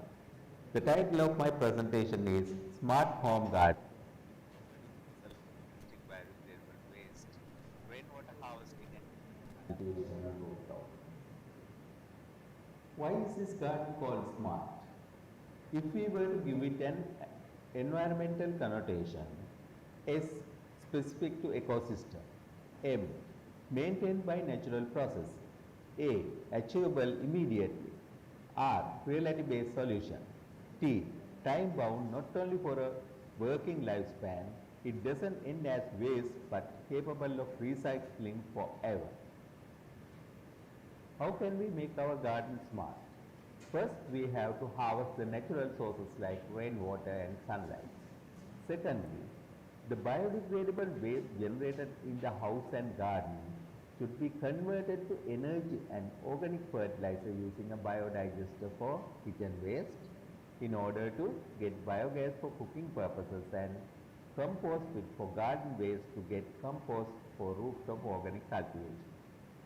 The whole garden is covered with useful trees like coconut, fruit and other valuable trees to make a mini forest to absorb sunlight and a micro environment. Key findings after installing rainwater harvesting system to this smart garden. Annual average rainfall is about 1.2 million liters. Average annual water consumption is about 0.3 million liters. Bacterial count in 1 gram of soil is 3 times higher than that of other adjacent lands. No water shortage during dry season for domestic purposes and cultivation, as well is recharged from rainwater. The annual total income from compost, biogas, slurry, vegetable and fruit is about 125,000 rupees. It is equal to 618 US dollars.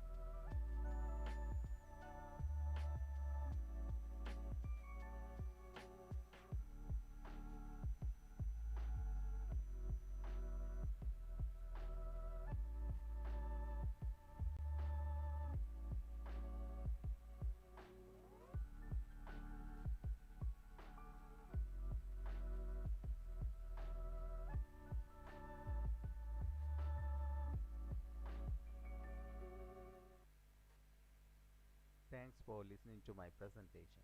Stay safe.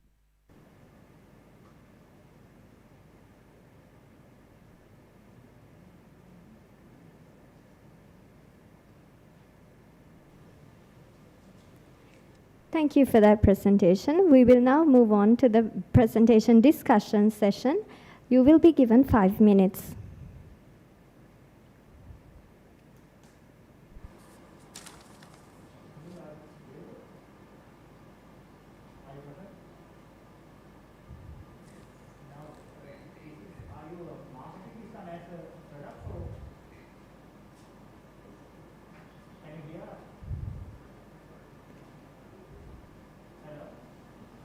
Now, Sunil, now do you market this product as a separate product, or now you have in your paper you mentioned about rainwater harvesting, but in the video you have shown us various other things as well. Do you, as an engineer, do you market this product or?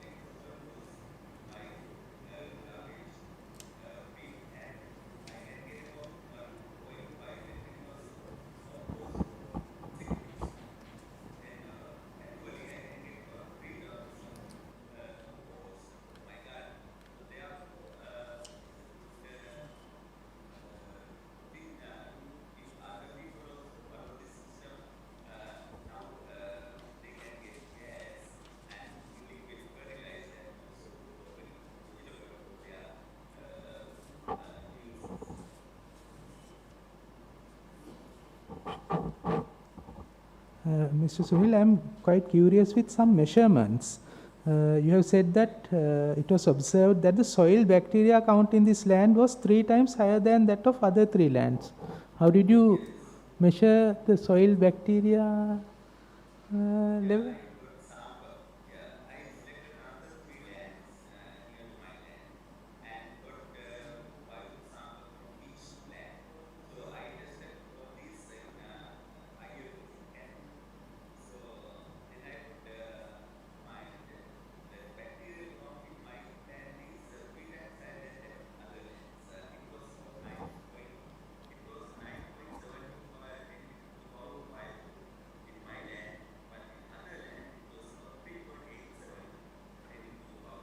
Yeah, how did you measure that? Any special method? How did you get the bacterial count? Ah, right. Okay. Right. All right. Thank you.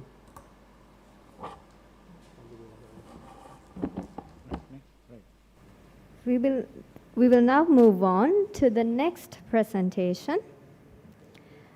Application of OpenStreetMap and geospatial techniques in disaster exposure mapping, Attanagalu Oya.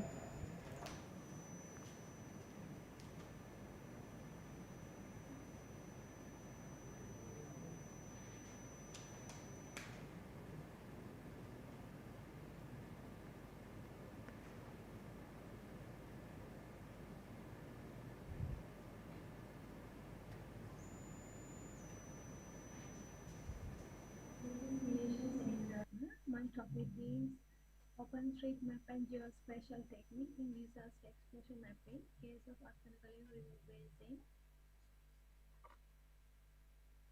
This research project done in 2016 with the collaboration of World Bank, which provide technical know-how and financial resources in parallel to Open Cities as part of the Open Data for Climate Change initiatives for Asian countries. And this project study area located in Gampaha district, covering Gampaha DST with 162 GND, where in the Attanagalu River Basin. In this research question, we could identify how many buildings, how many households, and what type of buildings are vulnerable to flooding disaster risks in river basin. With that objective, we adopt this methodology to map all the land uses, including buildings, road, vegetation, using manual methods and OSM tools and platforms. In this data collection plan, we adopt in 3 stages. The first one is before the data collection and during the data collection, and the third one is after data collection for data updating and validation purpose. First, before the data collection, we had to create base maps for each GND to demarcate the boundary with available information. For that, we created questionnaire survey form. In parallel to that, by ODK collect by using mobile phone, digitally fill and collect the data spatially. As well as we gathered information through workshops, the discussion with relevant officials who are actually involved in these process, such as Gampa DSD office and each GND Gramaldari officers and the Disaster Management Center. As I mentioned earlier, these are the 3 main tools we adopt for raw data collection in this study. To simplify this data collection study, update and validation of data can be done accurately through OSM platform. For that, as a first step, we had to create a user account as indicated here. Then with on user account, we access to data to identify which area we really want to map. Then after finalize which area going to map, through this task manager, we can divide map area into smaller parts that helps to do mapping rapidly and as a group collectively can map. This smaller part directly can link to Java OpenStreetMap tool as indicated this slide. So software, which is the editor tool, here we can do validation also. As a last step, through field paper and data scrubbing, we can validate and update the missing data. As a finding, we explored 165,000 households out of 200,000 housing units vulnerable to flood in Akkanagalawa River Basin. As this is a part of World Bank Open Cities initiative, anyone can access through this web link and can get the information. As a lesson learned, I can summarize this research project. Anyone can adopt OSM field platform where mapping process are involved in the decision-making process in any kind of project or activity to create very accurate real-time information into map and several analysis that can be helpful with any project where stuck or failures in lack of mapping data. Then finally, adapting OSM data, we can develop and provide detailed data to plan and implement towards sustainable government to make a better environmental governance in Sri Lanka. Thank you.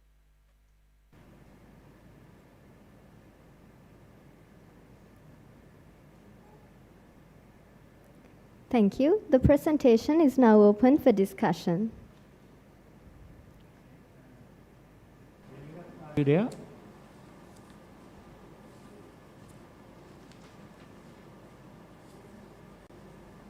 Shenratna, can you hear us?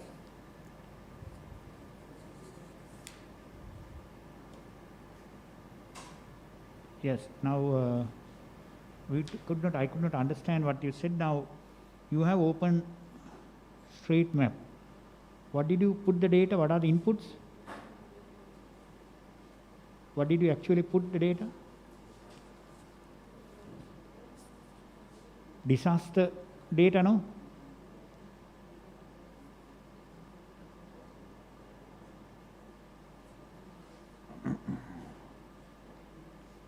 Yeah.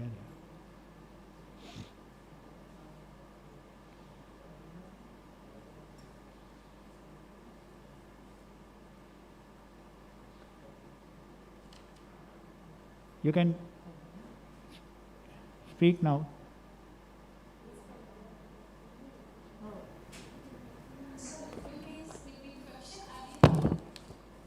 Now you have open street map data. Now you are going to analyze this disaster from that one. No? What did you put? What were your inputs? What did you input into that map data?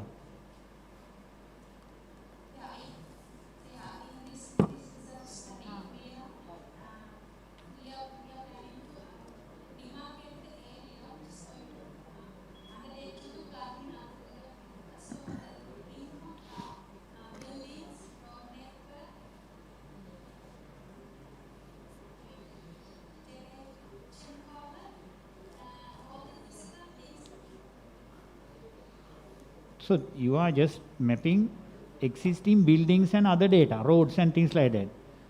Anyway, those data are available in open maps, no?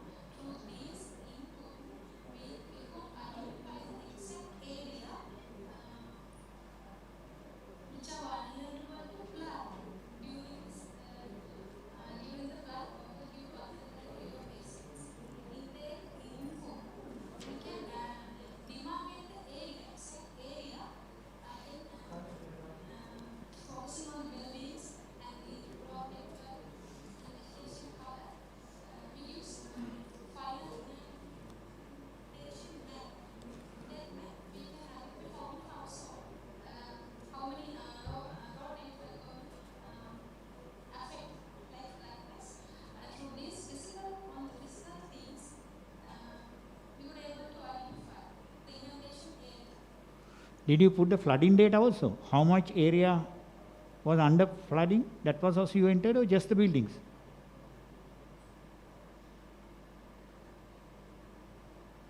And disaster can be anything, right? So clear, no? Clear now?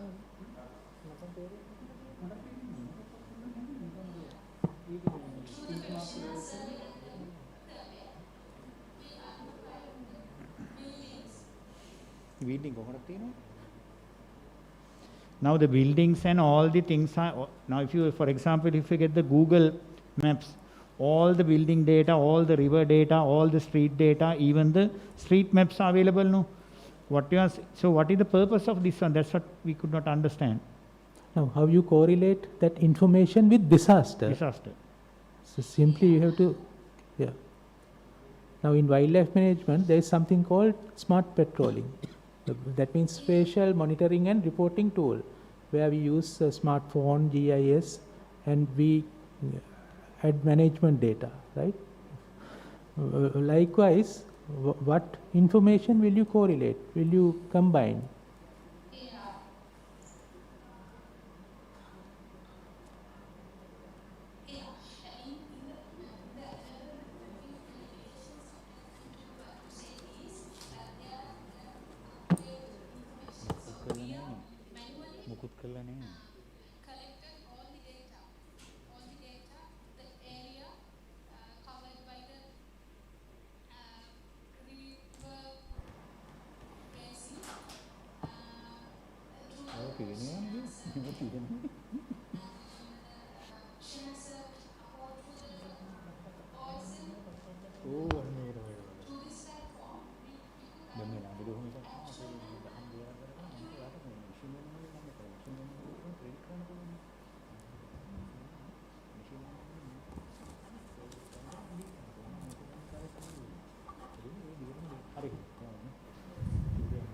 Senaviratna, have you tested this in the field?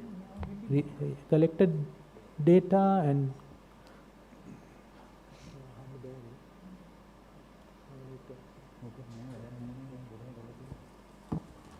okay. Well, fine. Okay. Right, I think, okay, right. That marks the end of all the presentations, and we have now come to the end of today's proceedings. A very big thank you to our panelists for sharing your valuable thoughts and for all the presenters for their interesting presentations. Thank you all for joining with us. I'm Divyanjali Ratnayaka. Have a good evening and stay safe.